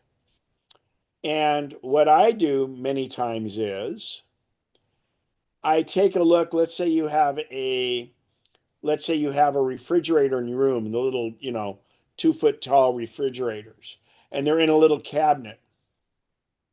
If I put my MacBook Pro inside that cabinet where it can't be seen in the dark, nobody's going to look for a laptop there. I've looked at, I remember one time years ago in Hawaii, there were ceiling tiles in the bathroom. I could lift a ceiling tile up and hide it up there. But I also carry this one device or this one thing that it fits on a hanger and it's a bag, and you can put iPads and a MacBook Pro in it. And then you just take some scruffy old shirt and put it on the hanger around it, because nobody's going to steal your stupid shirt and they don't even know that your laptop or your iPad's behind it. So be creative and think about that. But, just, but you do put stuff in the safe, your darn, your passport and all that stuff's going to be in there, but put a shoe in there. Go ahead, Roy, with your question. Yeah, I just wanted to second your recommendation about putting one shoe in the safe. I left Petra and was in Amman, and I had to get the stuff out of the safe. I had to pay for someone to go in and ship it to me, and so it was a expensive learning experience. So Wow, and I do that now. And luckily you were still in the same country, so the passport wasn't as much of an issue. Yeah, yeah. Yeah. So Oh, good. That was a great recommendation. yeah. I do it. Everything I tell you here, I personally do. So, travel insurance, interesting enough, I'm covered pretty well on most trips, but this trip I'm taking is well over 90 days. It's 4 months. So most normal insurances have limitations of 30, 60, or 90 days. So I actually had to go in. Insure My Trip is one where you can put your info in. I use a company called Allianz, and I had to do a specific trip. I usually do it year by year, but Allianz insured the trip, and I gave them the dates, so it's all above line. But Insure My Trip just directs you to other ones. What was interesting though, they used to recommend Allianz, and Allianz for some reason is not in it. But I've always had good luck with. I haven't needed it, but Allianz gets really good reviews. Sometimes your credit cards will provide really good travel insurance. Chase Sapphire Reserve, not the preferred card, but the reserve card, gives you wonderful coverage. But in my case, it wouldn't cover it because it's a 90-day limit. I would have had to come home between them and all that. And, but I really recommend it. Unfortunately, the price on this card is going up, but it's a very beneficial card. And if we have time, we'll go into that. Just a whole bunch of more links. Get on mailing lists. Like, for instance, I just got an email from Viking. They have a trip coming up that's $4,900, and it's 13 days up in Norway doing the Northern Lights and all this other stuff, and you get free airfare and free gratuities are covered and all that. It's because it's some trips that are coming up. It's actually coming up after the first of the year, but that's what they do is when they need to fill seats, they do it. But I get on all these. I also use Gate One. Last minute travel is great, but these are all some very good ones in here, different links. And oh, And unfortunately, go and ahead. Kate, I can eat, oh, geez, I'm sorry. Ken, about the travel insurance, when I've been told that you shouldn't get the one that comes with whoever you book.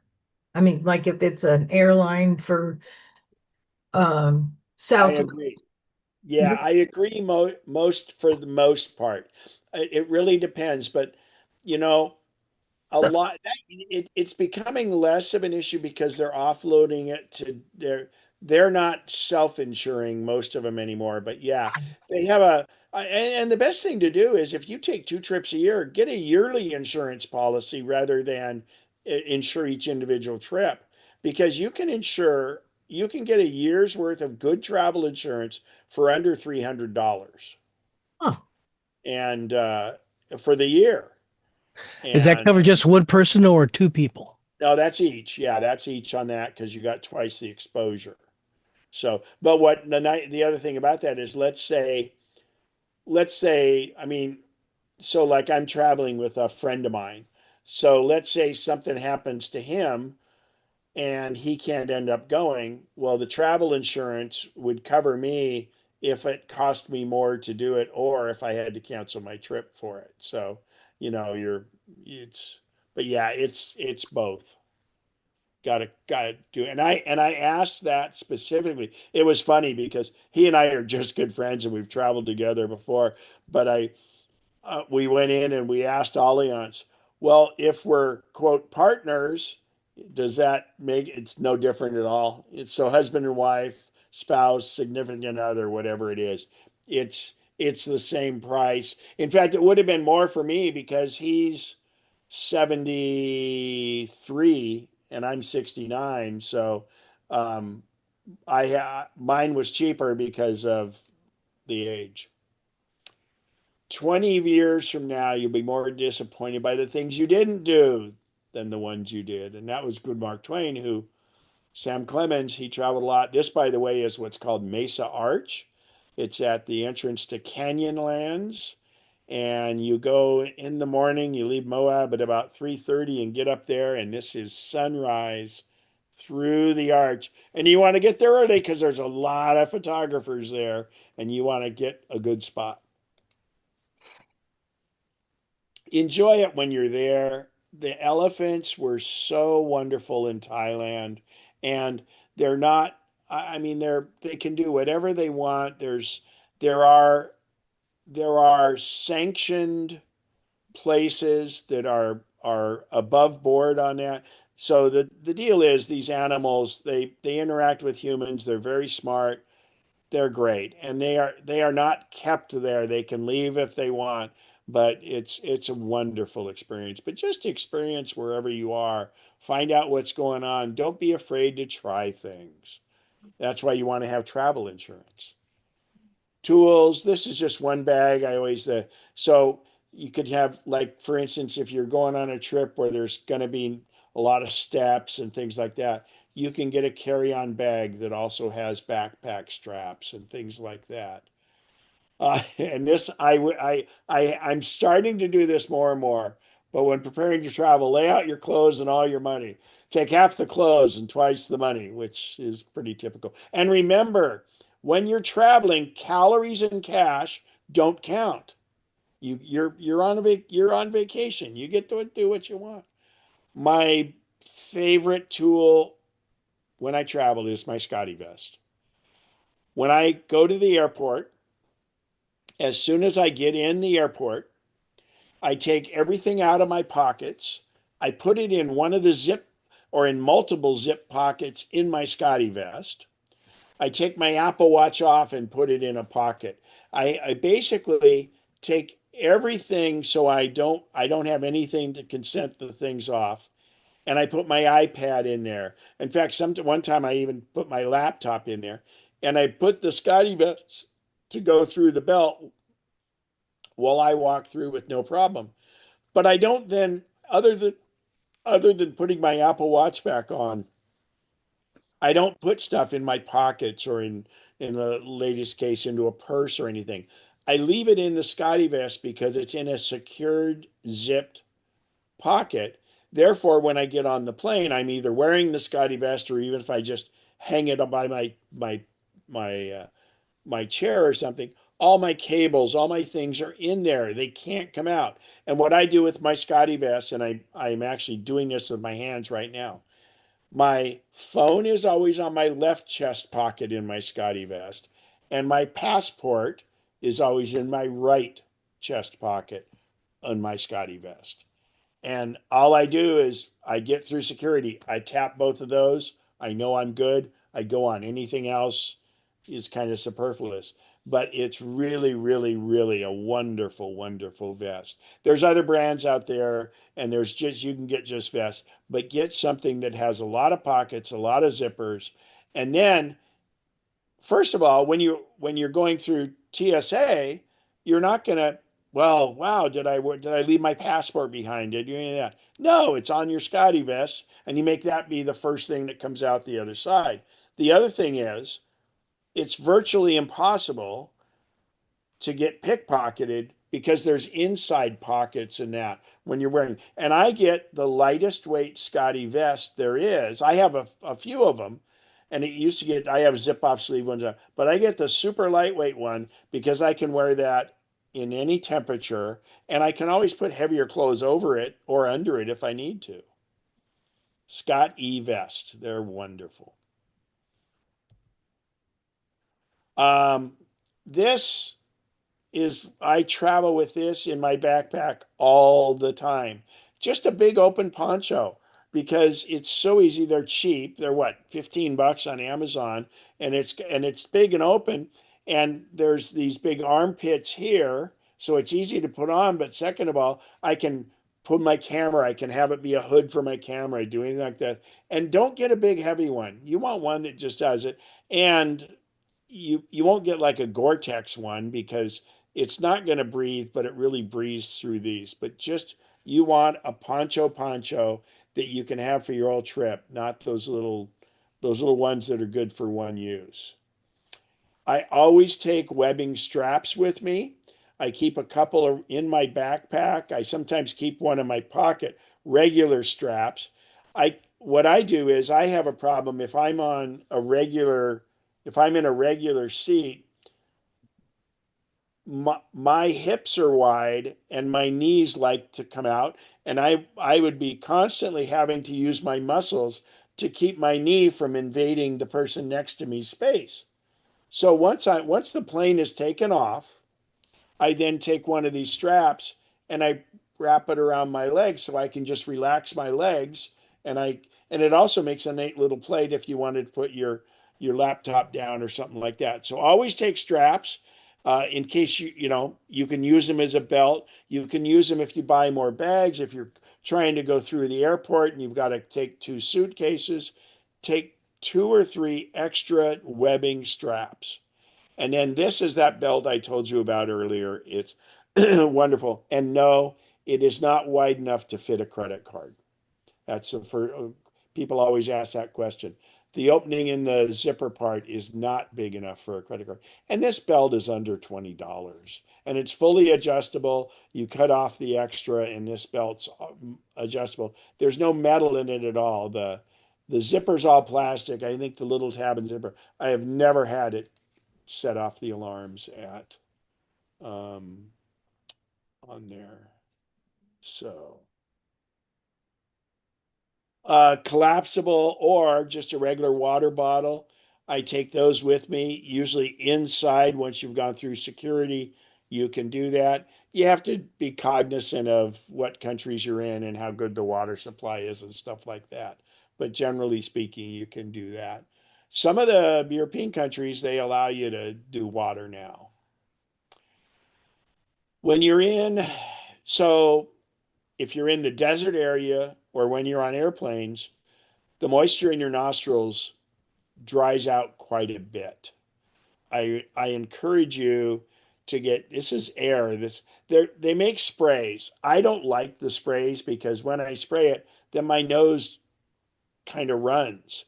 I use this AYR. It's a gel, and I just put a little bit in each nostril, and you do it once or twice a day, and it works great.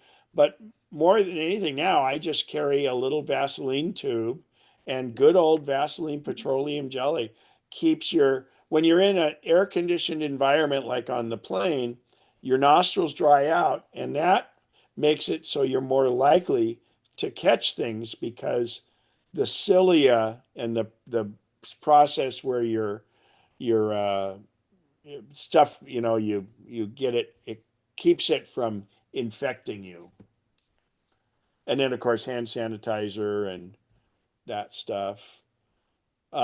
This was the Rapid Weaver. This is the Black Rapid, the Wanderer, just the phone thing.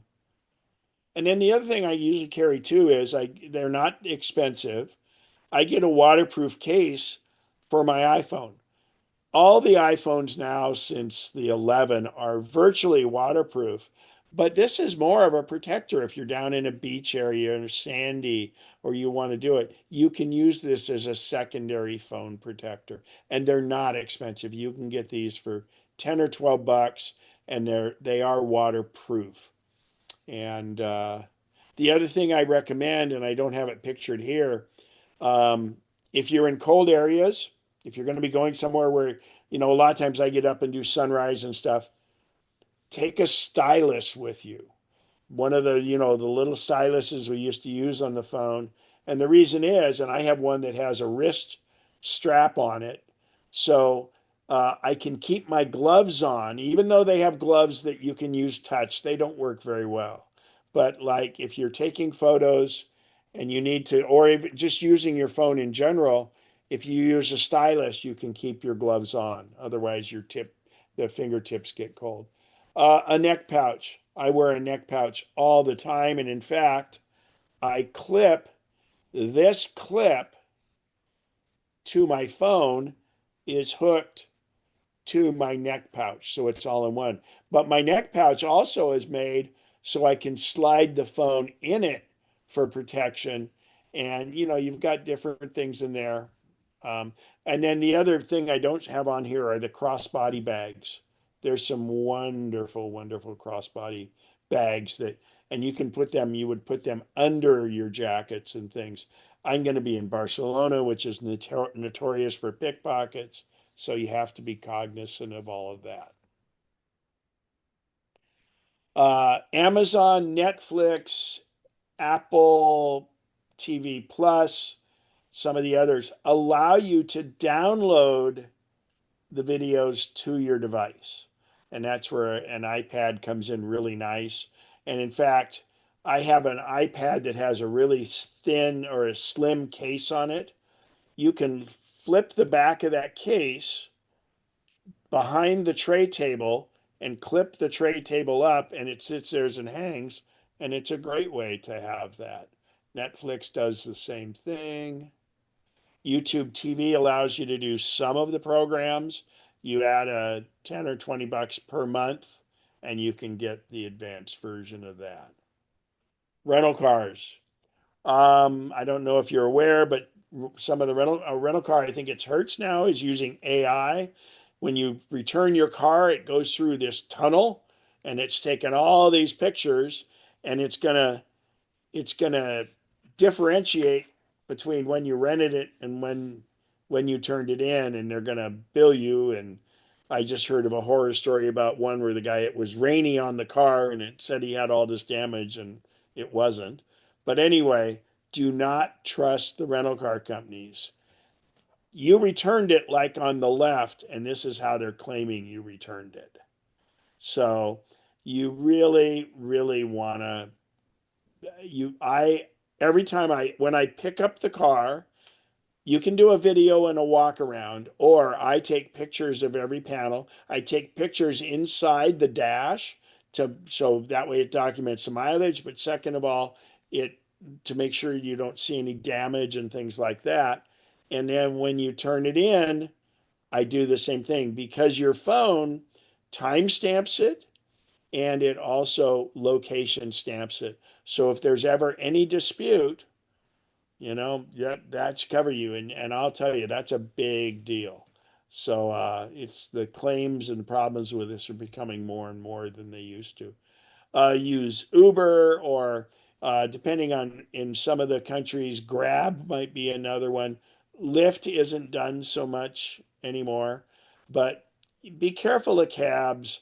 Um, I got screwed in Poland. I this it, I got this surcharge at the end, and I was crazy. But anyway, pissed me off, and it's water under the bridge.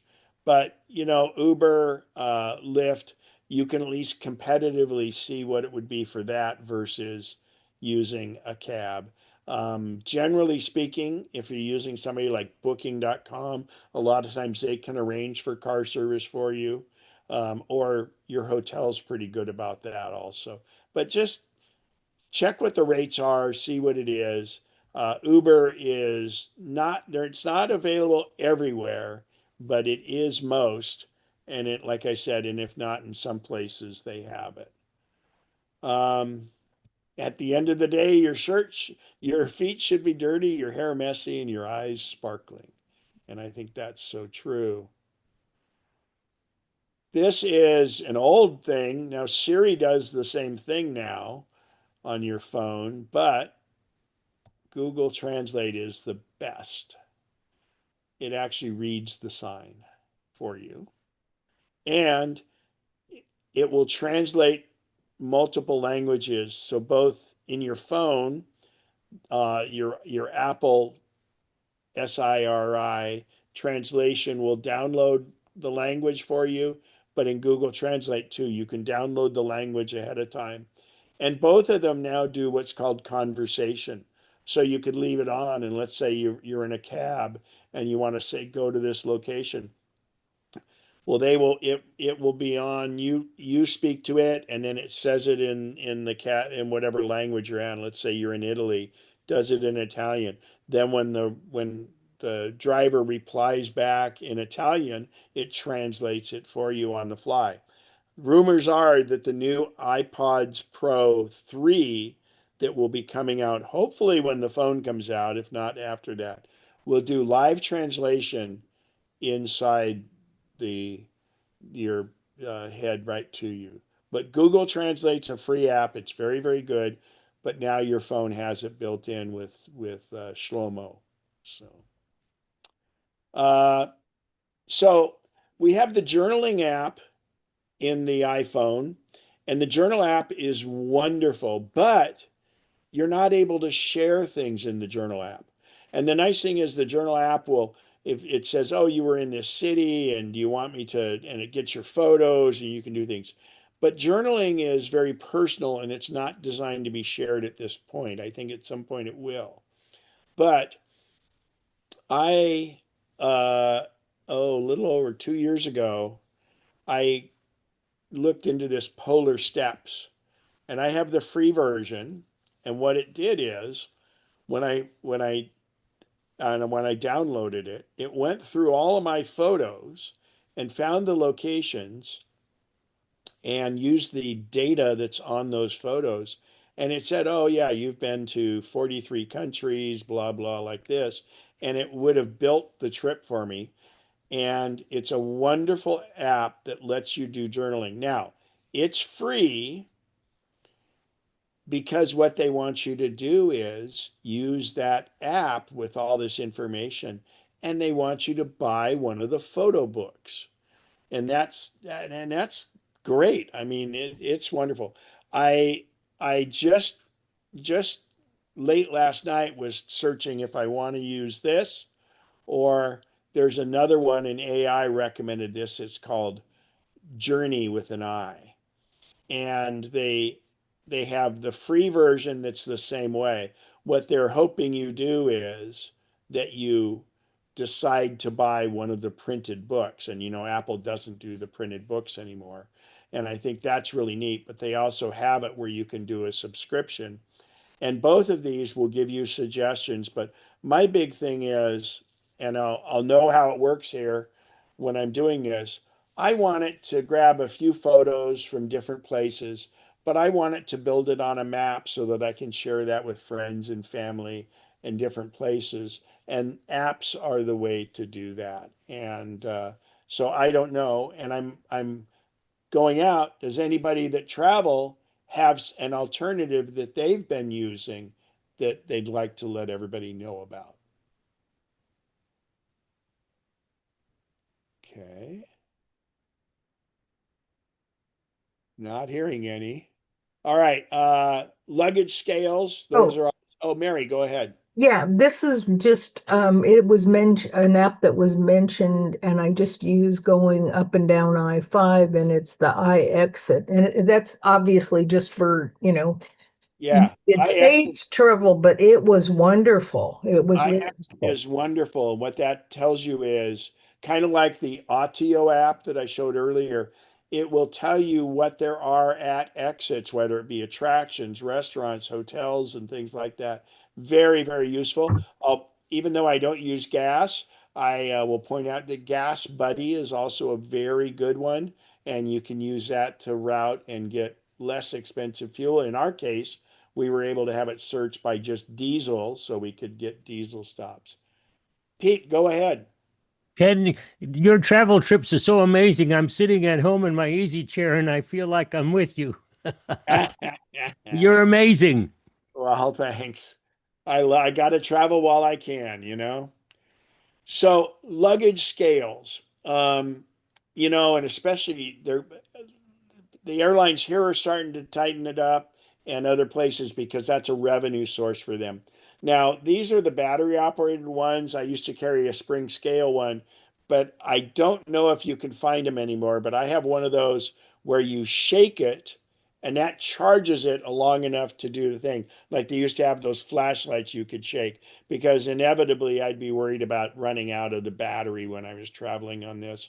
Now, not that I've ever done this and I don't recommend it, but sometimes if you put your luggage on the scale, if you reach down with your foot and lift up on the piece of luggage a little bit, it might lighten it on the scale if you're borderline.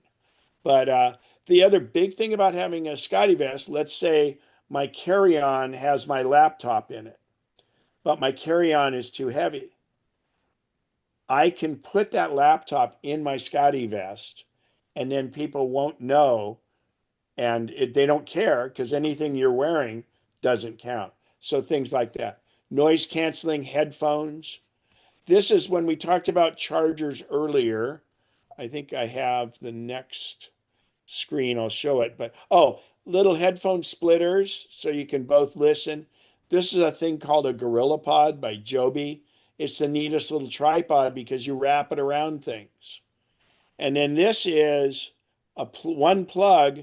In this case, it's the old USB A, but you want to get this with maybe 2 and 2 on the new one. And, you need some good adapters. So here's the deal. This old iPhone adapter was 1.2 amps. This would not even charge your iPad very well. You needed to go to the iPad adapter, and that's 2.4 amps. And by the way, those numbers are all on them in really, really small print that you would have to get the magnifying glass. But even though this is the iPad one, you could charge your iPhone on the iPad one at 2.4 amps. It'll make it charge twice as quick. But you have a couple options. These wall plugs, just like we're showing here. Anchor is a good brand. I would get one. And then so this takes up the same amount of room as only slightly more space than this. And this has 4 of them in it. I encourage you to get one that has the majority USB-C, and then you may have 1 or 2 of the A because you have some other stuff. Like I recently just got a beard shaver that I can charge with a USB port, so I don't have to take a stupid power adapter with me. This is a battery. Now, batteries, you can't get super big batteries. The airlines will restrict that, but you want to have the ability. I have the one that goes on the back of my phone, but I also carry another one because if you're in areas where there's low cell phone coverage, your phone is always trying to find a tower. And if it can't find a tower, it's gonna wear the battery down dramatically. If you know you're not going to use data or make calls, you put your phone in airplane mode, and that will make it so it's not trying to seek a tower all the time. But I encourage you to have a good backup battery, and Anchor is the recommended brand.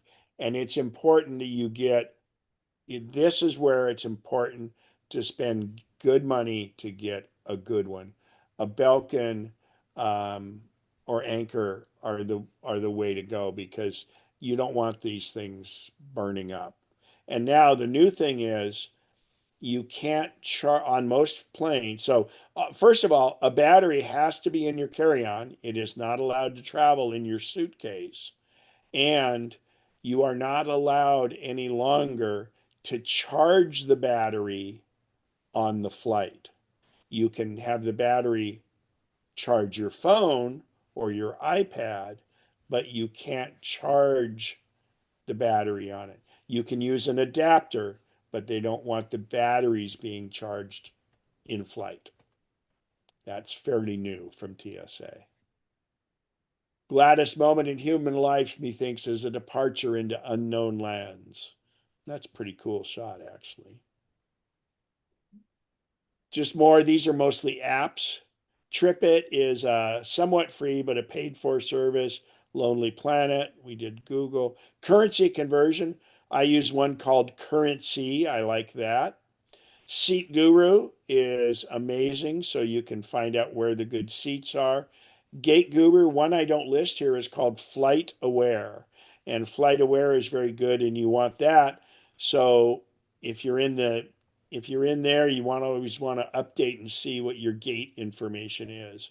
Nice thing about Flight Aware is you can, if you're waiting in an airport for a flight to come, it'll tell you where the flight you're taking, where it's coming from, and how long it's till it's going to be there. Because half the time you don't really see that stuff, and Flight Aware does a really good job with that.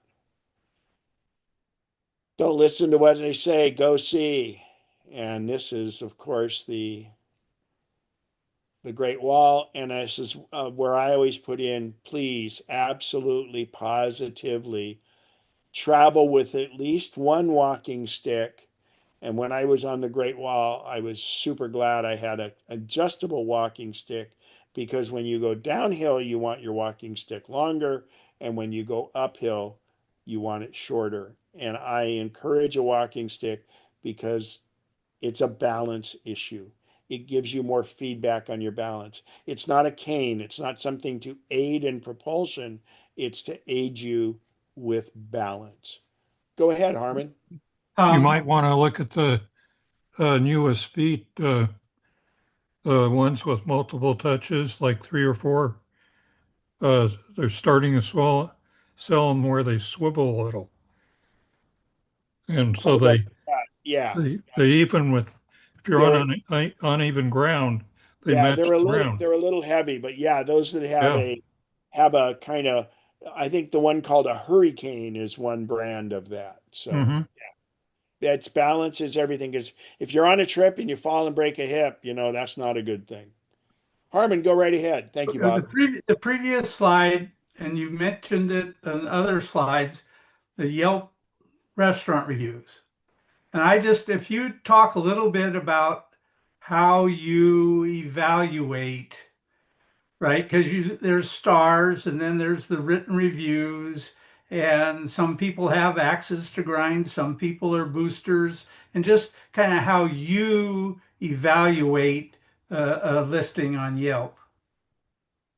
Well, and Pete's the pro on that. You can go back and look at some of his videos, but I'm using Yelp less and I'm using Google more. And that's more out of convenience. And but Yelp, there's some gaming that goes on and stuff, but to me, if it were a place and I was wondering, I would use both. and I want to see what they say. But the big thing is, it's how many reviews do they get before I really do anything.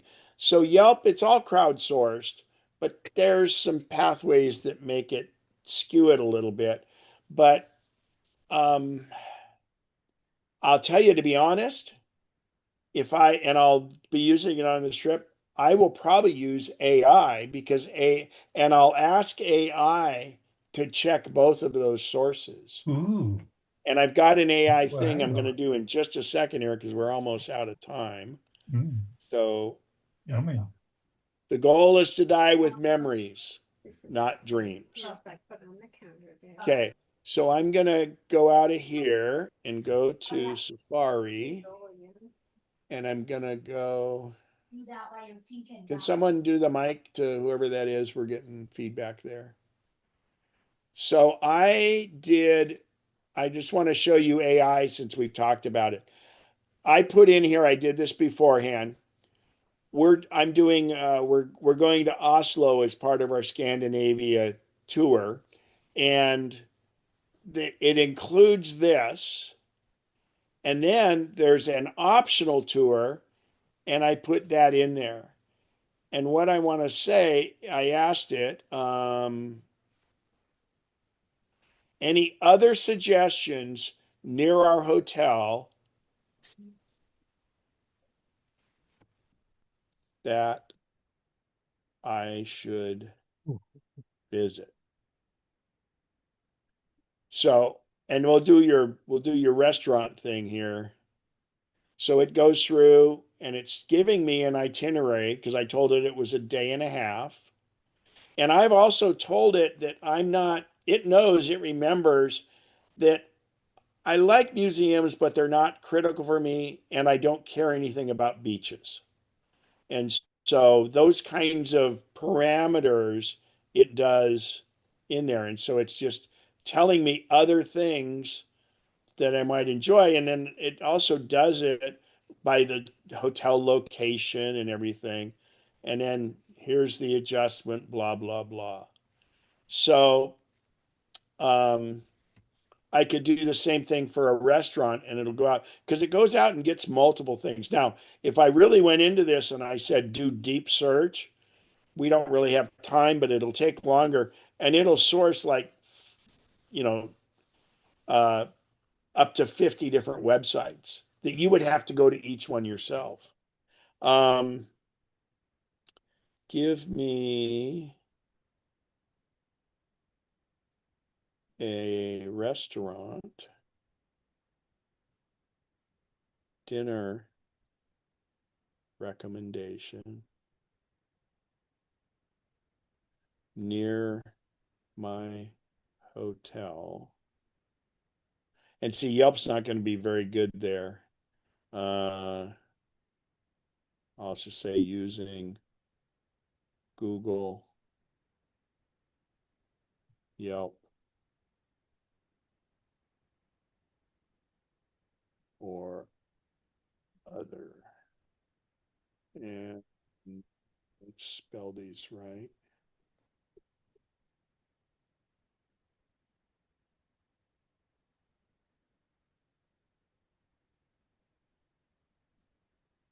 And we'll have Grok do that.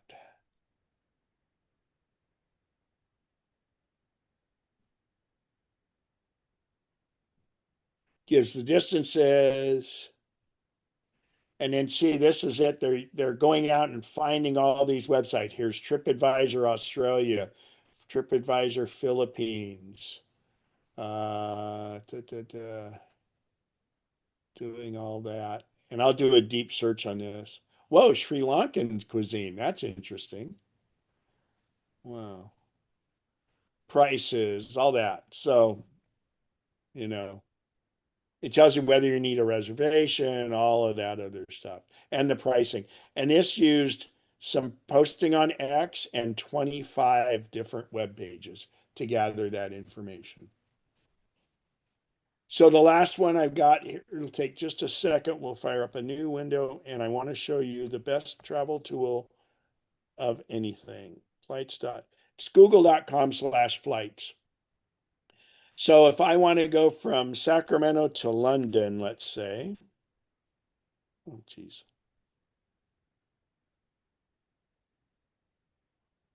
And if I just click London, it'll do Heathrow and Gatwick. But I'm just going to, for grins now, right, just do this.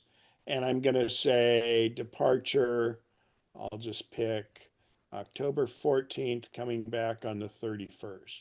But actually, look what happens when well, I'm going to reset. All right. So if I look at this, it starts filling in from Sacramento to London. You can see it fills in what pricing is for economy class. So let's pick the 6th through the 23rd, and I'll hit done. So now I'm going to hit search. And then it gives me the listing of the airlines. Now, this is the round trip price, but it allows me to build it. I can go here and hit date grid, and it shows me, oh yeah, I'm in pretty economical pricing for that, so I'm okay. If it's coming in the future, I can tell it to track prices over these dates, and it'll let me know. Or I can say pick any dates. It even shows me the price graph. So right now it's kind of in the mid range, but I can look here and say, well, it's a long flight. How much would it be if I went business class? So instead of 626, you can see here it'll be like $3,600 to go business. That's round trip. And that stops in Iceland. Well, the cool thing here, if you stop in Iceland, man, you might as well spend a couple days in Reykjavik. But I'm going to show you what I do up here. So that's going from Sacramento to London. But let's say I want to check SMF. So I type SMF and hit a comma. SEA, which is Seattle. LAX, comma. SFO, comma. And we'll just do San Jose also. And I say, okay. Now it's doing business class. So it was originally 3,600 out of there. But if I fly out of Seattle, it's 2,200 bucks if I went business. So that'd be worth it to take a flight on Southwest or Alaska to get there out of Sacramento and make that connection for saving quite a bit. And or if I go back to economy, I think it was 6 something. You can see here that Aer Lingus. So you can see they're saving about 200 bucks. Well, that makes it less economical to go through there, LAX, etc. But I put in multiple cities. So it's going to try find the best based on, and the interesting thing is some of these are nonstops then too, if you go out of Seattle or whatever. And then you can go down here, there'll be more trips, but then you've got one that's like a 14-hour trip, okay? And it's because you got a 2 hour and 43-minute layover in Boston. You'd surely take the nonstop before you would do that. So, and believe it or not, it didn't happen in this case, but I've seen it where sometimes Sacramento is less than other airlines. But I always put it in. But by putting in multiple spots, I can really see where I want to go. But I can also I can say limit it to certain airlines. I can say limit it to a nonstop. I can also say times, connecting airport, duration. So if I go into duration, okay, I don't want a really long flight. So let's make the flight be under 12 hours, we'll call it. There. That limited it. This 14-hour flight went away. So you can do all kinds of things like that. But if I go to book this, so this is one here. Well, in fact, I'm going to do a business one just to show you because it shows a little more disparity in it. So if I click here on British Air, when I click that, it's going to show me, oh, it's the individual suite. So that means it's the lie flat seats with the little perimeter around it and things like that. So you can check out what it is. Here's a regular lie flat, things like that. But if I click this one, I select the flight, then now I'm going to click my returning flights and I can do the same. Oh my God, we wouldn't want that one. We'd want this one. So then you click it, and then once you've got it, it gives you all the different things you're sorting here. And then you can book direct through here. I don't book my airlines with anybody that's not I book them straight with the airline. But this gives you all your luggage restrictions right here. Okay, cool. If anybody has any questions on Google Flights, I'll stick around a little bit and do that for now if they want. So that's a lot of stuff. Go ahead, Bev, and thank you, everyone. And feel free, you can, and then we'll stop the recording and it'll be online. Go ahead, Bev. You kind of mentioned it right at the end there. When taking a tour, sometimes they have the flights incorporated in, or you can fly separate and still meet up. I mean, for me, sometimes when flying single, I think it's kind of neat to be, I'm willing to pay to have someone kind of meet me or do some Sure. transport. But what's been your finding and experience with booking the flights with the tour versus independently? Well, I look at it economically. So, for instance, I do most of my travel with Gate One or with Viking, and Gate One is phenomenal. Gate One travel, I've been on 9 of them now, and I'm going on another 5 on this trip. And the big reaction for most people is, how do they do it for the price they do? So, with that, I like on this trip I'm going on now, I used almost all points for all my big flights on the one I'm going on. So I wanted to get those points used. So I wouldn't have them meeting me at the airport, but I can pay for their airport pickup. And that way someone will meet me at the airport. I may have to walk my bags to the bus, but that's it. But then they handle it after that. So um, that the advantages to booking with them is that, and like with Gate One, you can go in and you can say, I want to fly out of Sacramento. And then what I do, I punch it in and see what it would be like out of San Francisco and look at all that stuff.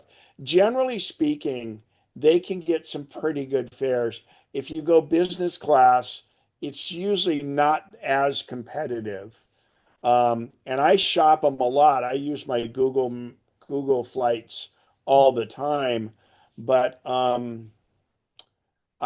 like being met at the airport and doing that, but I'm not afraid to not do that too. It really comes down to the economics of it.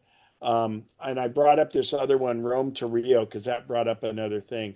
For instance, I'm flying into, well, we'll use CDG. I'm flying into Charles de Gaulle, and I want to go here to, um, oh, let's do London, LHR, because I know my hotel, and Tower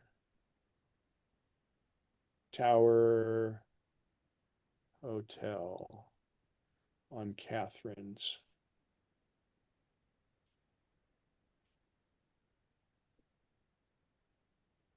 There it is.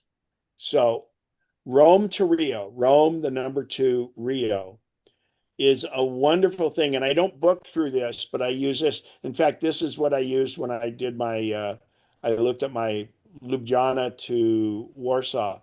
So it says, well, I can take a train and it's 24 to 30 bucks and it takes 57 minutes. Or I can go back and bus and subway or drive.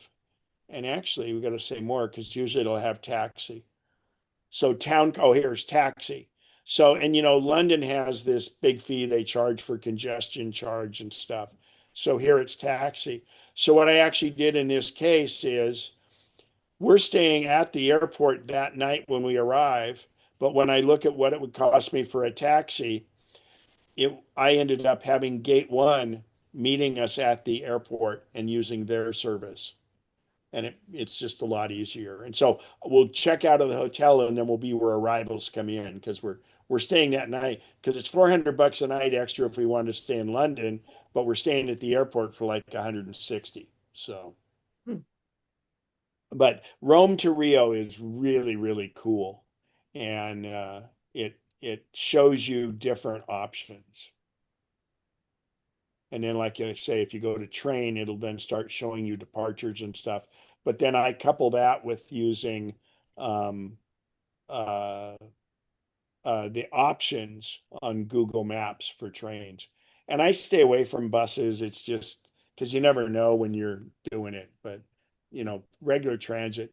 And by the way, Apple Maps, on the iPhone app, is a super easy way to buy transit fares and things like that. They usually have QR codes and stuff, but if you map it on Apple Maps where you want to go and everything, it has most cities' transit stuff down very, very good. And you simply use Apple Pay to pay for it. Just a friend, I don't know how many of us, no, we still got a friend that travels a lot and is a pro at using the airplane miles since you're flying into France. But she was saying that there's controlled rates on the taxis. So it's better to use the taxis out of Paris airport than some of the Uber.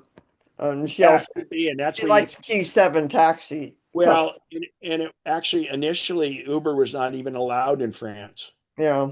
So they have now, and it's not.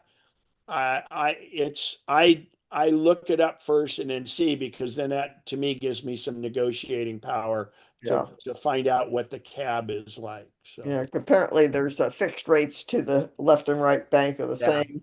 which is good. Yeah. So, Mr. Rest, go for it. Hi. One thing, if you're in London going from Heathrow into town, there are several different ways to do it, and they are radically different in the price. So do some research, even if you're going to take the underground or the train in. Research Yeah. first. No, and this is great because like here, bus and subway is only $8 to $12, and the train is this. But what we did is because I know London can be tough, we ended up just defaulting to Gate One, and we're paying 2 times what we would have by train, but less than we would have by taxi. Yeah, because the underground, there's a specific train to the airport, and it's much more expensive than the standard underground ticket, which will Interesting. get you to the airport. Yeah. Looking forward to it. I've only ever landed at Heathrow. This is my first time to the UK actually visiting. So I'm a babe in the woods. It's a All good right. place to visit. Yeah, cool. Okay, everybody, we'll end this and I'll make sure I have the chat for Al. And if you have any questions, don't hesitate to email me or text me. But other than that, we'll see the board at 1. And they're back to our group. Thanks, Ken. That was interesting. Good. Well, thanks. And By the way, on that little charger thing, they have a cute little case you can put it in too. So yeah, thank you. I got that case, and then I'm looking at it though, and it's like, God,